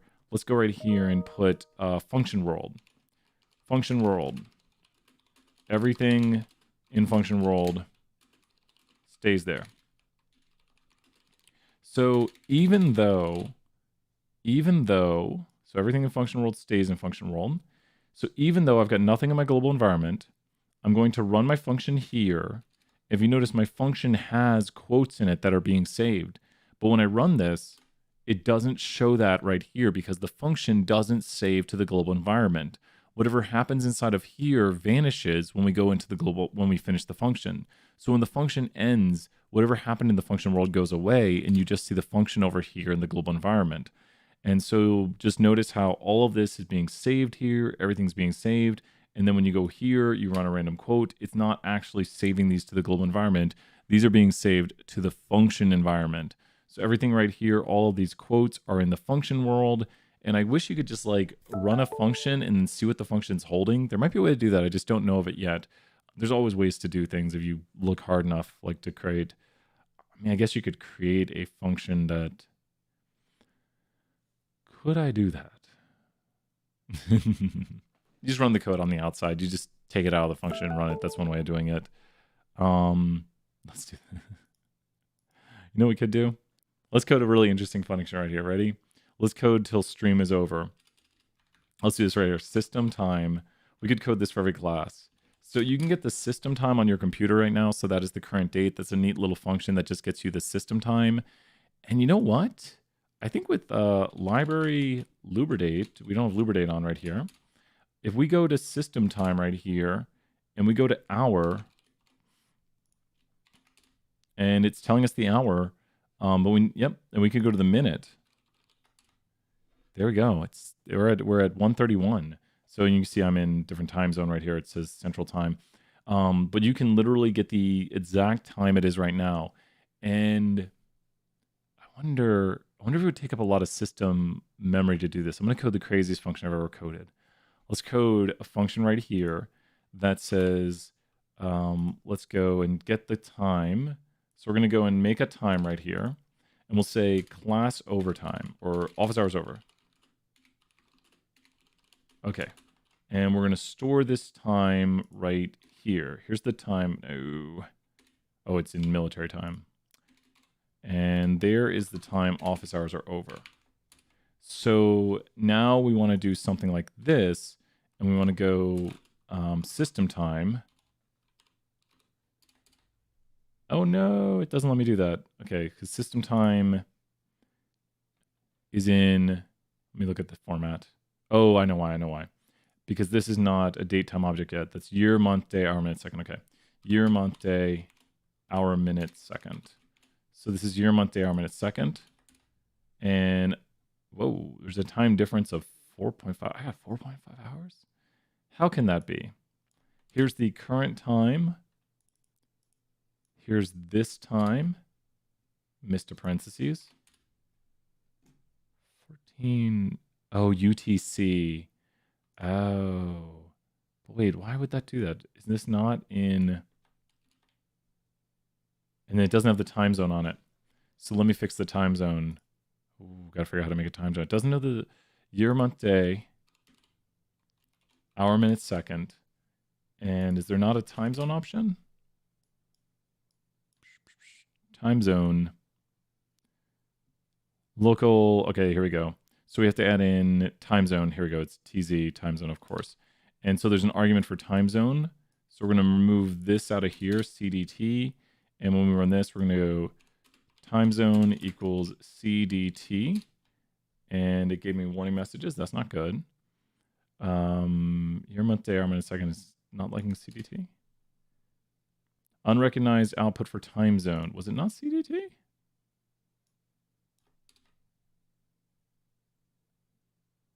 UTC. What are time zones? This is Brian gets confused day. What are the time zones? Time zone abbreviations in Lubridate. Time zone abbreviations Lubridate. Valid time zones in Lubridate. Here we go. Take a search through which time zone at the host system. So, wait.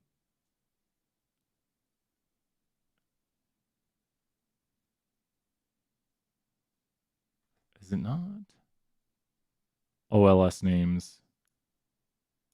What is OLS names? Here we go. US Central looks like. Really? Why does it say CDT then? Okay, I think we've done it. 25 minutes. Look at that. We've done it. All that work just to find out how much it was. So right here we have, let's round that to 1 decimal place. So let's go here and go to round on this. And go to round. And let's just store this real quick. Let's store this into X. And let's go here to round X to 1 decimal place. Okay, there are 20, time difference is 25 minutes. And then, oh, that didn't work. There we go, there we go. 25 minutes. Let's see if people have questions here. So we're just working with functions right here. It's so quiet. Let's make sure the chat was still going. Awesome. This is Brian having fun doing some code right now. This is kind of more Force 74 because I'm going to code a function right here. We'll see what it does. We'll see what it does. And then maybe I'll talk some 201 in the background while we're doing this. So here we are taking the difference between 2 times, and we need to update this. So let's do this while x is greater than or equal to 0 or greater than 0. Sure, let's do this. Then we will do this code right here. It'll run this code right here. And then we want to do, there's a way to pause it because I don't want it to continuously print this. So while x, and then we go here, we put another while loop here. And let's go to system time right here. Oh, this is a horrible idea. It's just going to run code. Can you make our pause? Like literally pause. I know how to put it in a dummy loop, but make our pause for so many seconds. System sleep. Suspends execution of our expressions for a specific amount of time. Usage. System sleep time. Wow. The interval in time. System sleep. Oh, this is cool. In seconds. Oh my gosh. So we could go right here and we could literally say while I x is da da da da, then run this, and then we'll round it. And if, and let's go here to rounded. That's the rounded version. If it is, I just don't want it to run continuously. It might do it. If this rounded is percent,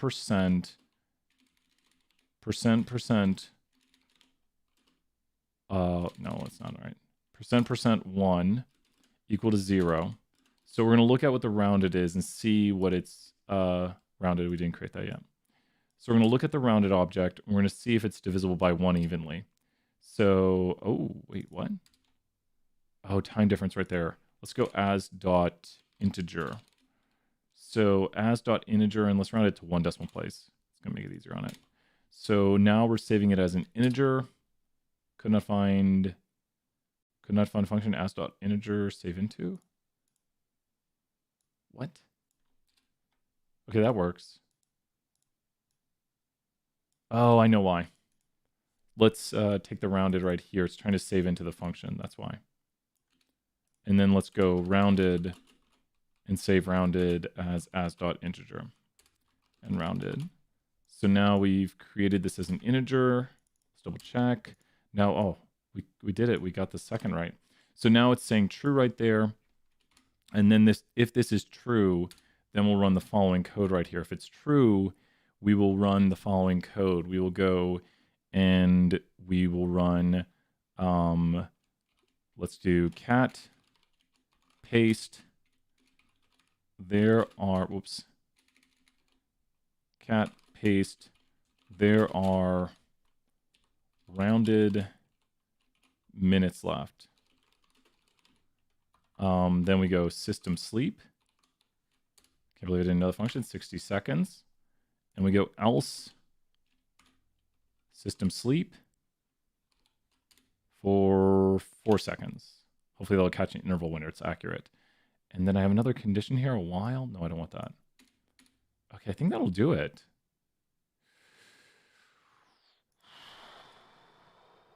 Ooh, it did it. And it caught it on 20 minutes? Did it take another minute?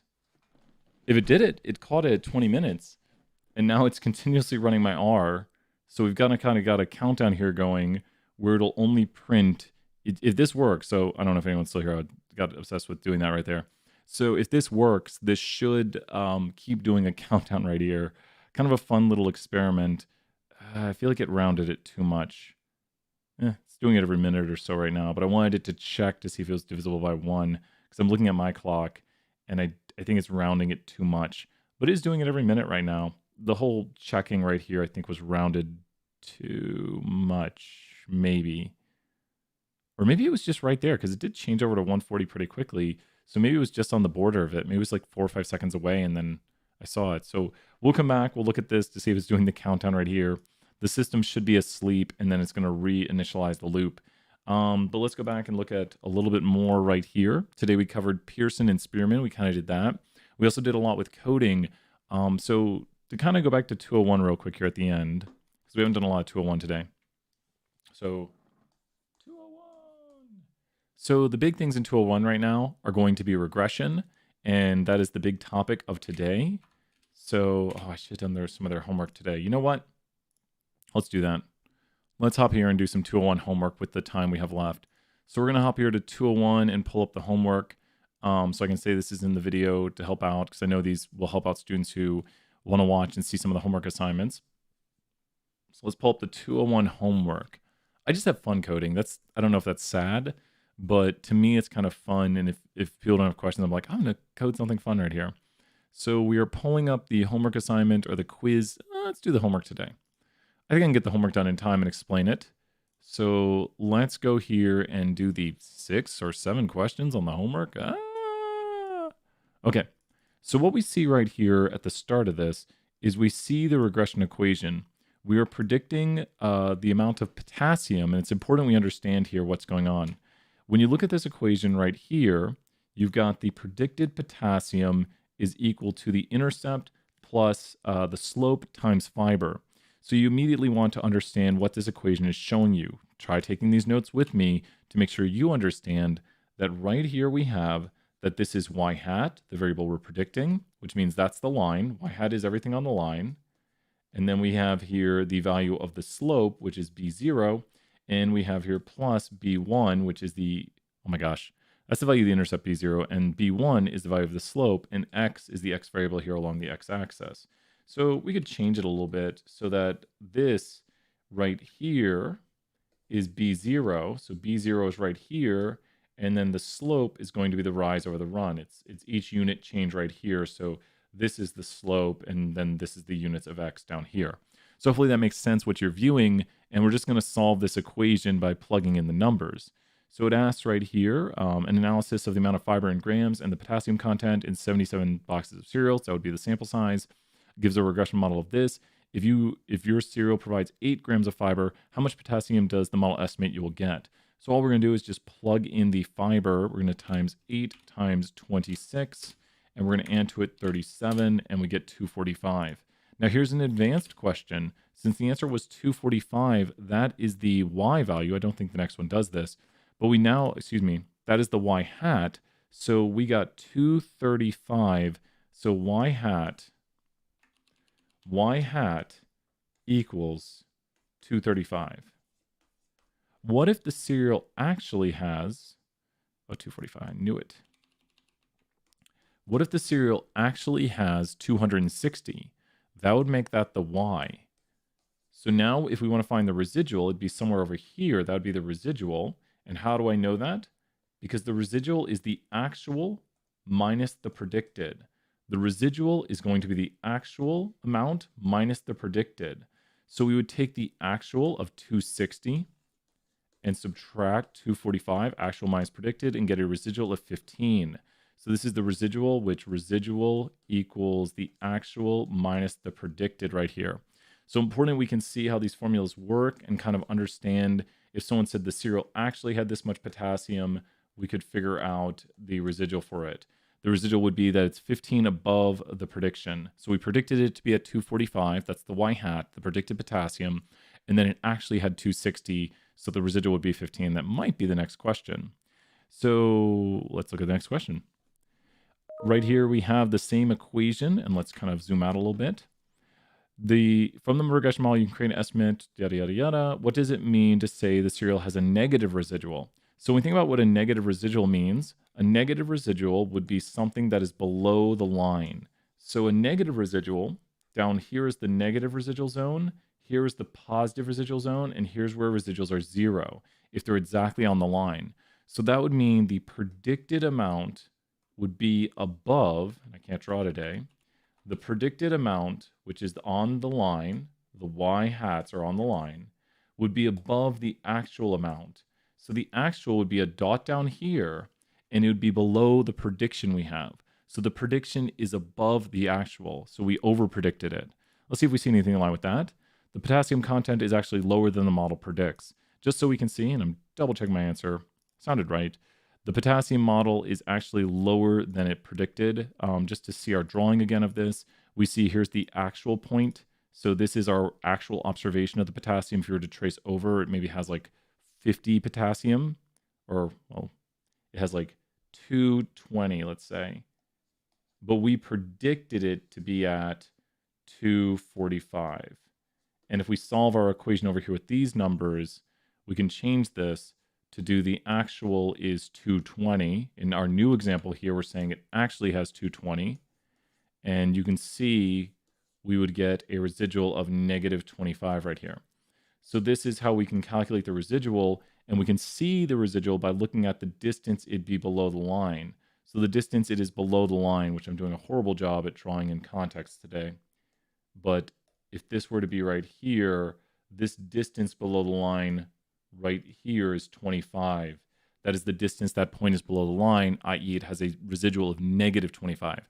So think about your line. Negative residuals are points that are below it. They have an actual amount below the line, and then positive residuals have an actual amount above the line. Going on to the next question. Next question. I don't need to try it again. This one right here gives the r squared, or excuse me, the r, and it wants the r squared. So with r is the value of correlation, which means what we're seeing here between this relationship is a positive, probably somewhat linear. We can't really tell linearity with correlation, but it is pretty high.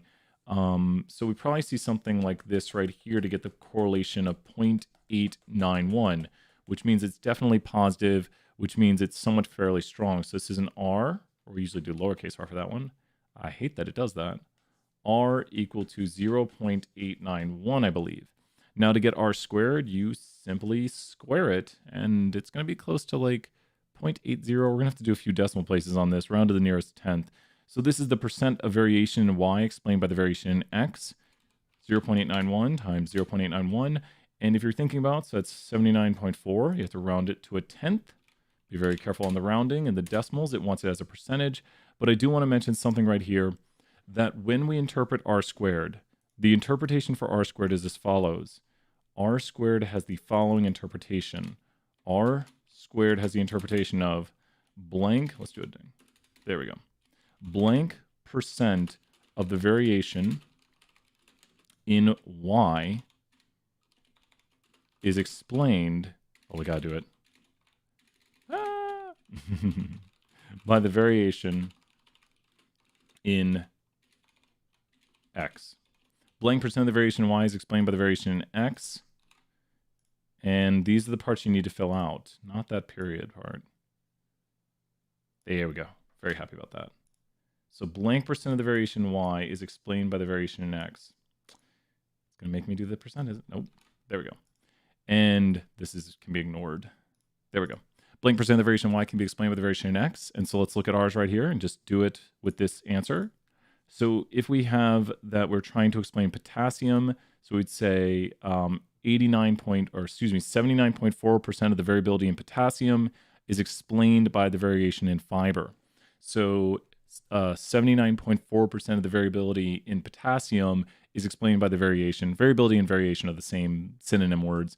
So make sure you know this sort of interpretation right here and can put it in context. They're giving you the answer right here by saying what fraction of the variability in potassium is accounted for by the amount of the variability in fiber. But know this interpretation on this slide. How's R doing? It's doing it, but I should have done \n right here. Okay, let's restart this. There we go. Now it's going to do it. It's going to do \n.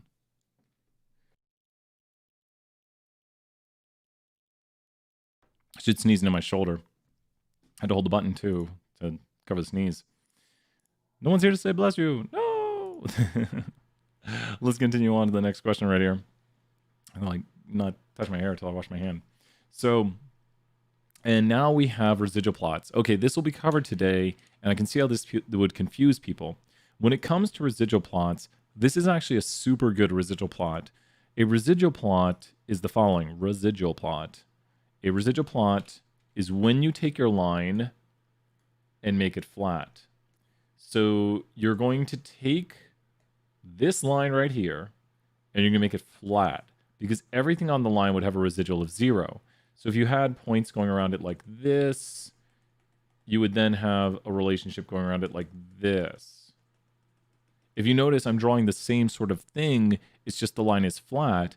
And if you identify this portion right here, you'll see those points, and this portion right here, you can see the relationship. I just take the line and make the line flat. So a good residual plot, interestingly enough, looks like nothing is going on. So if you had a very good regression, like a super awesome, amazing regression that looked like this right here, where it's just all scattered around it, and we have QQ straight enough, no outliers, plot doesn't thicken, then if you had a residual plot, the residual plot would look like this. Just think about the line being flat, and this looks like there's nothing going on, which is what you want to see. Residual means like the leftover variation, and you don't want there to be patterns in the leftover variation. So this is awesome. That's a great residual plot. So people see this first residual plot, and they say, uh-oh, this has problems because there's no relationship. Well, it's a residual plot. So this right here shows it's appropriate. That's a good relationship. This one right here shows a curved pattern, which we don't want to see. That's not a straight enough. So the curved pattern is bad. And then this one shows a plot thickening.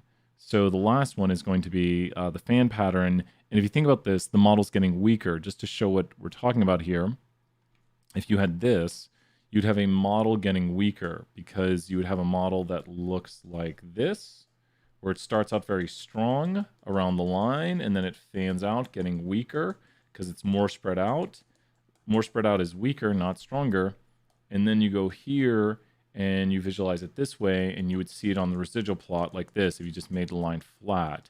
And it just tells you kind of how far away the points are from the line by looking at this, because you could just trace down now and get a residual.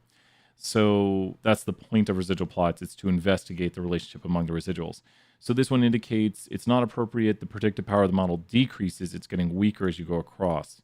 And we could do, that one's a really fun one to do. Oh, the ACT problem. And we got events, we're fine. So if we redo this problem right here just for funsies, this one's a nonlinear pattern. So that is a curved pattern. This one right here is a fanning out, which is going to be a heteroscedastic plot thickening, and the relationship is getting weaker. The predictive power of the model decreases. So wait, there it is. And last but not least, we have an outlier issue. So this one right here, the curved, it is curved and it has outliers. So the fan pattern, it doesn't really fan out. It's not appropriate. There's a curve and outliers. I wish they mentioned something about those outliers. It's just a sad face. Someone probably did that as a joke. They should also say, and there's outliers. That would be the good thing to say. This one here is pretty tough. This one is the one that catches a lot of people off guard. So let's do it. Here, I'm going to put the classes over. Class is not over screen, but I need to get my regression solver up. So I'm going to pull up Brian's super regression solver for this one. And of course, everyone knows who made this. Tiny Brian made it. Okay. So here's Tiny Brian's regression solver. And I'm going to tell other people to post the pro version.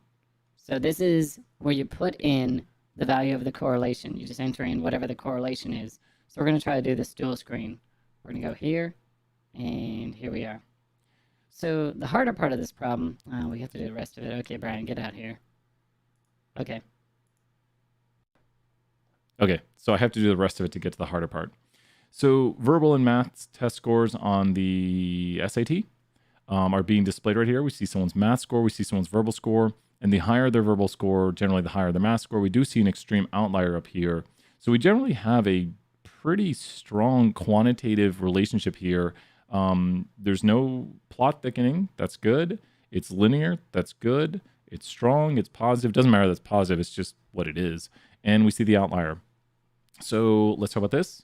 The association between math scores is moderately linear and positive. Okay. This one's wrong because it says negative. With students scoring with higher math scores typically have, here we go. So positive, positive. So one says students with high math scores generally have higher verbal scores. So yeah, it's just saying positive, positive. Are there any students that do not fit the overall pattern? You bet. This student that made like a 250, 800. So we see them right here. Boom, we found them. That's the student that made a 250 on the verbal and an 800 on the math. They were predicted to make like a 300 on the math. So we're predicting math. And next. For this data, we see the correlation, which means we need to go over here to our applet and put in the value of correlation. This is, if you're wondering where this is on Canvas. This should be on your Canvas too. Let me show you where it's at, because I know people are wondering, where is this at? So let's go over here to modules, and I have it loaded up on ours. You might not have the Regression Solver Pro. I need to tell everyone, please upload the latest Regression Solver. You might have the older version. It still can do this current stuff, but here's the Regression Solver right here, and yours should be on there also if you're wondering where this is at. And please email me if you don't have the Regression Solver Pro at this point. And so now we know what the correlation is, but it asks a question related to it.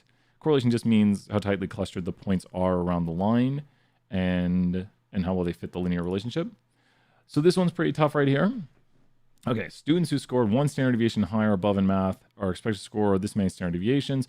We also have an R squared right here. We can eliminate this because we have an R squared. Just when you look at this, this is the wrong R squared.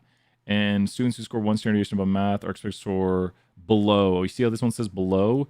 This one says if math goes up or if verbal goes up, math goes down. So this one indicates a negative relationship. So this one is wrong here because it indicates a negative relationship.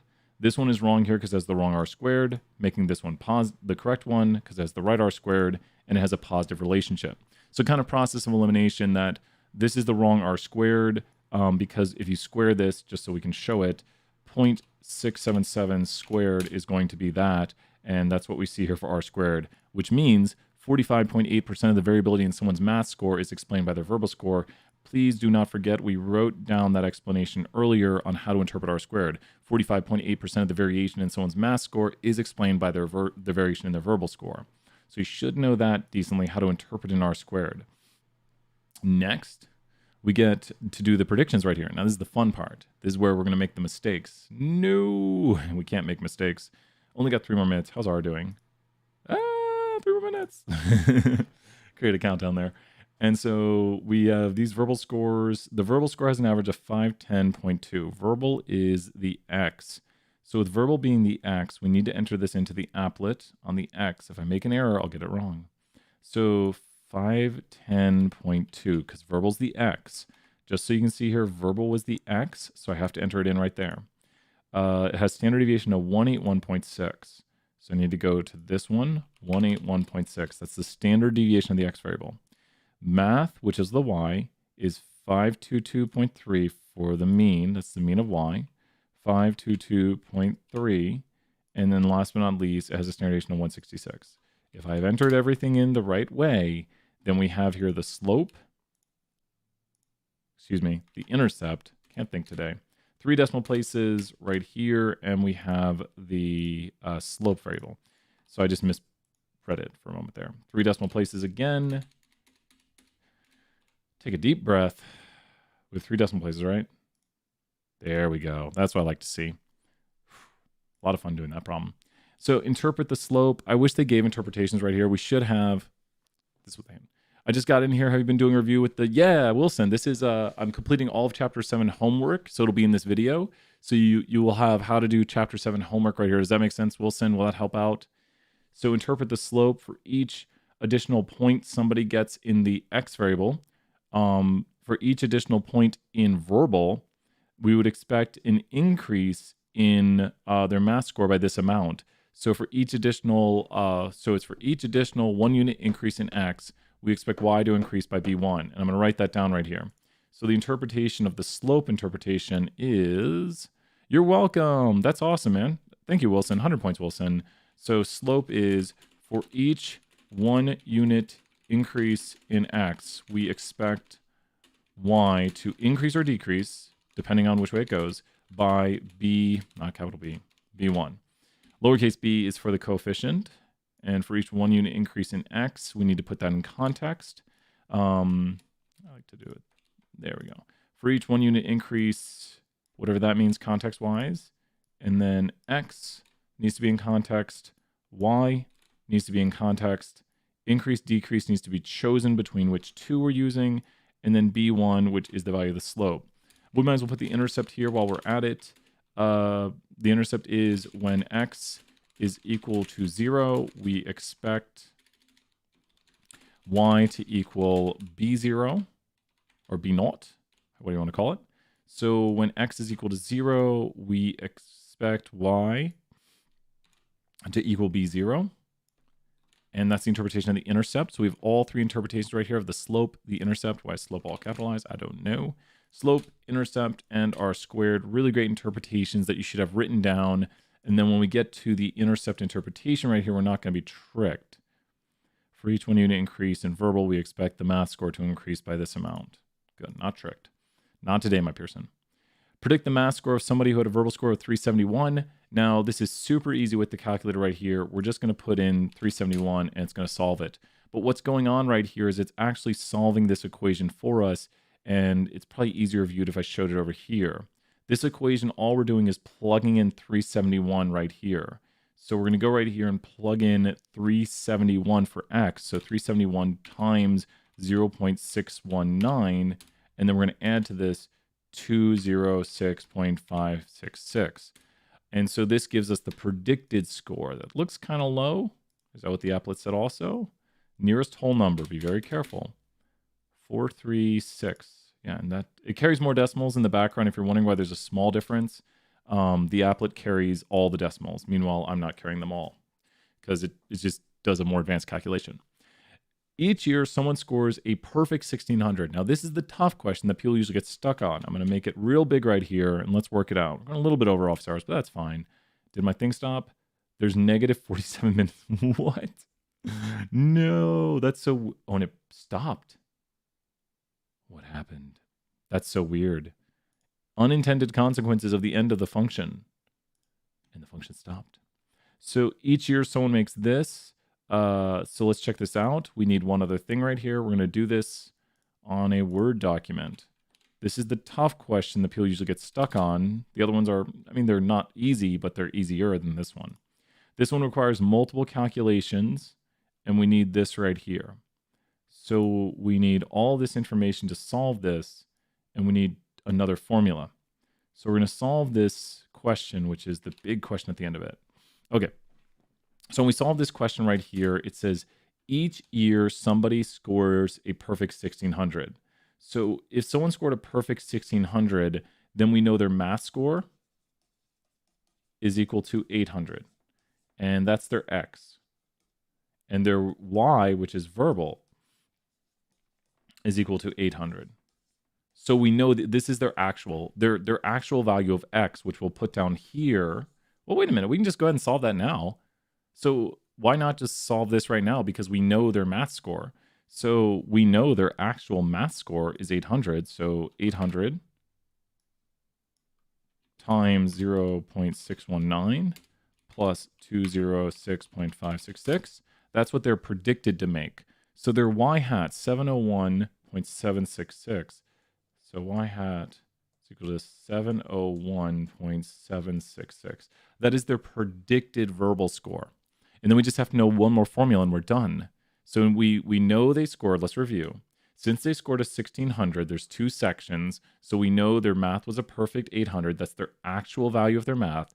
And their actual value of their verbal is this. But if you plug in their math score, we would predict that they'd make this. So that's what the model predicts that they would make. So think about this. They scored what to what the model predicts? Their score was above the model. So here's the model, and here's this person, and the difference between the two is the residual. The residual is the actual minus the predicted, and that makes this the residual, or in notation, E. So the actual notation is E equals actual minus predicted. I like to say residual wrap. Residual equals actual minus predicted, and we're just going to plug in the values. So when we get to this right here, we're going to say that the person, the residual, it's 98.243 because the actual was 800 and the residual was 701 point. Oh, I reversed those numbers. I knew I was looking at it and I was writing at the same time. There we go. And 766. There we go. So they made their residual is 98.234, which is how much this model misses them by. The residual is just this vertical distance here between what they actually made and what the model predicts. And you know, we will double check this because we've got no questions wrongs on my Pearson. Why double check it? We got it right. We're going to grab this residual right here and we're going to put it right here. And we're going to say, not today, my Pearson, round to 3 decimal places. You got it. I'm right. Oh man, I was worried there. I was like, what if I got it wrong? And the correlation right here. So here's where people get tricked. Oh, this is a big trick. Watch this. We could take this data, copy it to the clipboard, and then with this, let's bring it into jump right here, and let's turn it into a regression. So if we turn this into a regression with analyze, fit y by x, and we want to do the price of a car explained by the age, what do you notice about the relationship? The relationship between price and age is that the older a car gets, the less the car costs. So the older a car gets, the less a car costs, which means if we were to get the correlation must be this. The correlation must be, Wilson, do you know? Wilson, you get 1,000 points if you know for the week before I say it. I'm going to go calculate over here. Since we see that as a car gets older, the price goes down, the correlation must be this. Get you 1,000 points for the week. Since we go here and we square root it, and people say, aha, I've done it. So since I square rooted this, but think about this. When you look at the relationship between this, it's the older a car gets. As you see, as a car gets older, the price goes down. I just square rooted R squared. So this is correlation. But what do I need to make sure I notice about this value for this? Because this is wrong right now. I square rooted R squared. So R squared was like 0.8. It's right here too. So I square root. I go here and I go 0.893 and I go square root of this. And everyone's like, aha, I'm done. I've got the answer. It's 0.945. But this needs to be noticed. What's going on here that 0.945 is not the answer because of this and because of this? It should be negative. Bingo. When you square root it, things are positive or negative. So you have to put in negative 0.945. And it seems like such a small thing, but it's a huge thing because it's saying there's a negative correlation. Because when you square root R squared, you have to look at the relationship to say, okay, will the correlation be positive or negative? Because R squared is just a number between 0 and 1. That is the percent of variation explained in the percent of variation in Y explained by the variation in X. So there we go. Age accounts for 89.3% of the variation in price. Is this my least favorite question ever coming up? We're about to have sad music if I don't get this. I preemptively did sad music. This is one of my least favorite questions. Okay, let's see here. Why doesn't it explain 100% of the variation? Well, real world data could be perfect. It's not because there's enough data.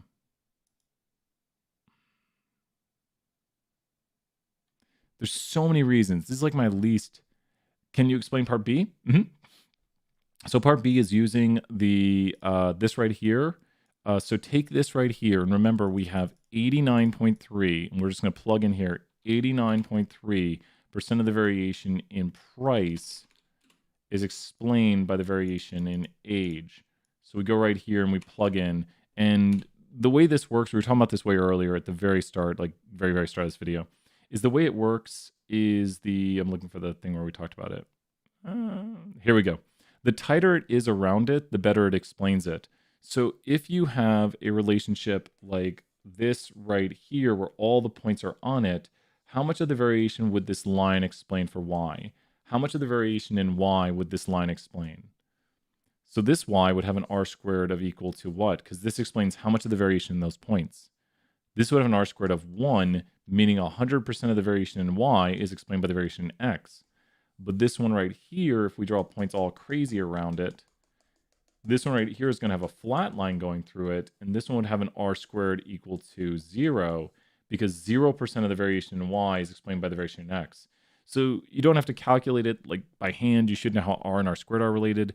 But this one right here has an r of this. So if we see an r of this right here, we could take it and we could square it. And so squaring it, that's square rooting it. So we want to square it. There we go.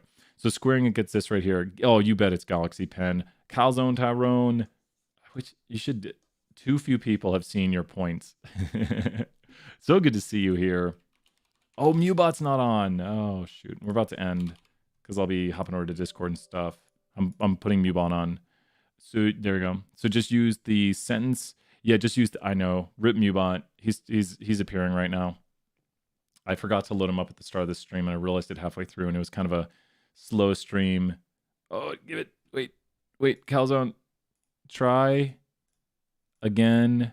Oh, wait, what's going on? It says can't connect. Woo! Deep breath right there. Sin can't connect. Okay, Calzone, give it a shot now.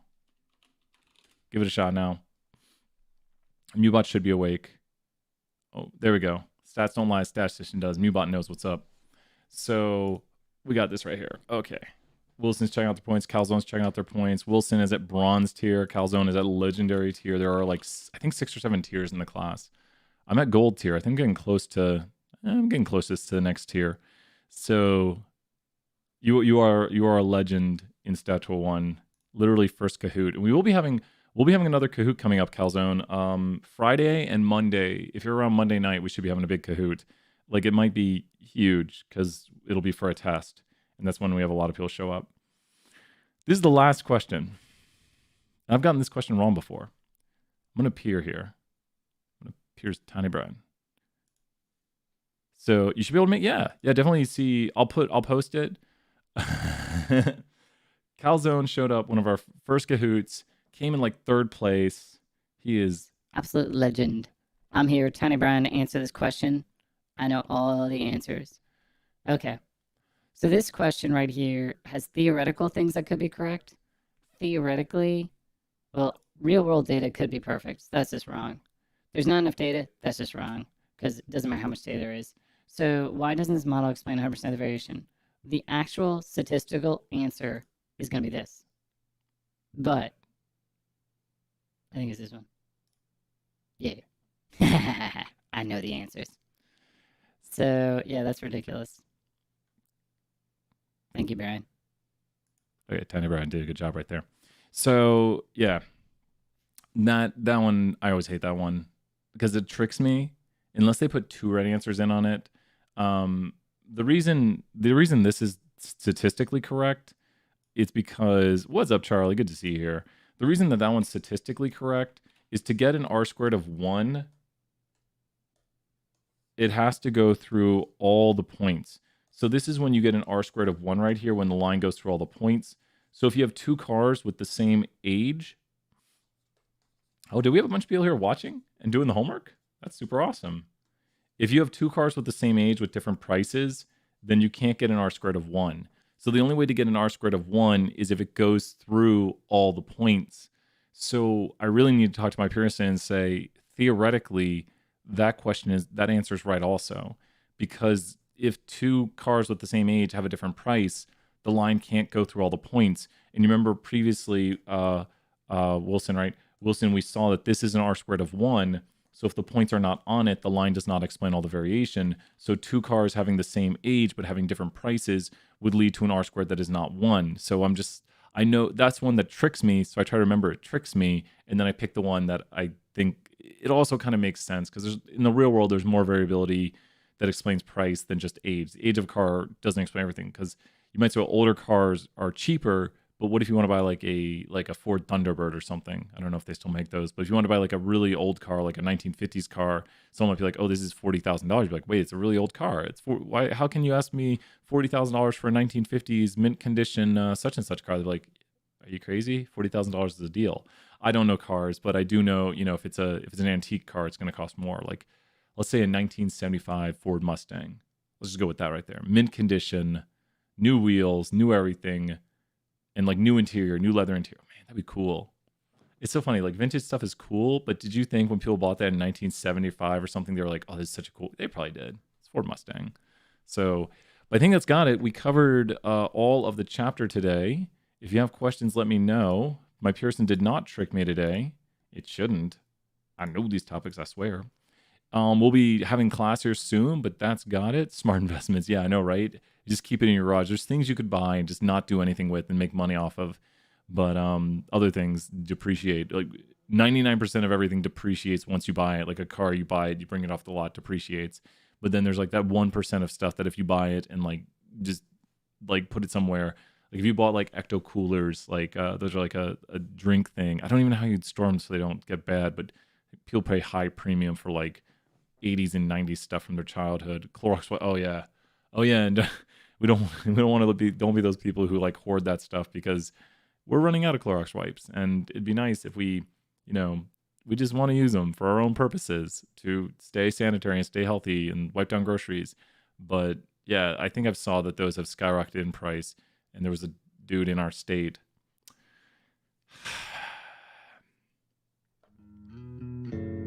It's extra sad to end class here today.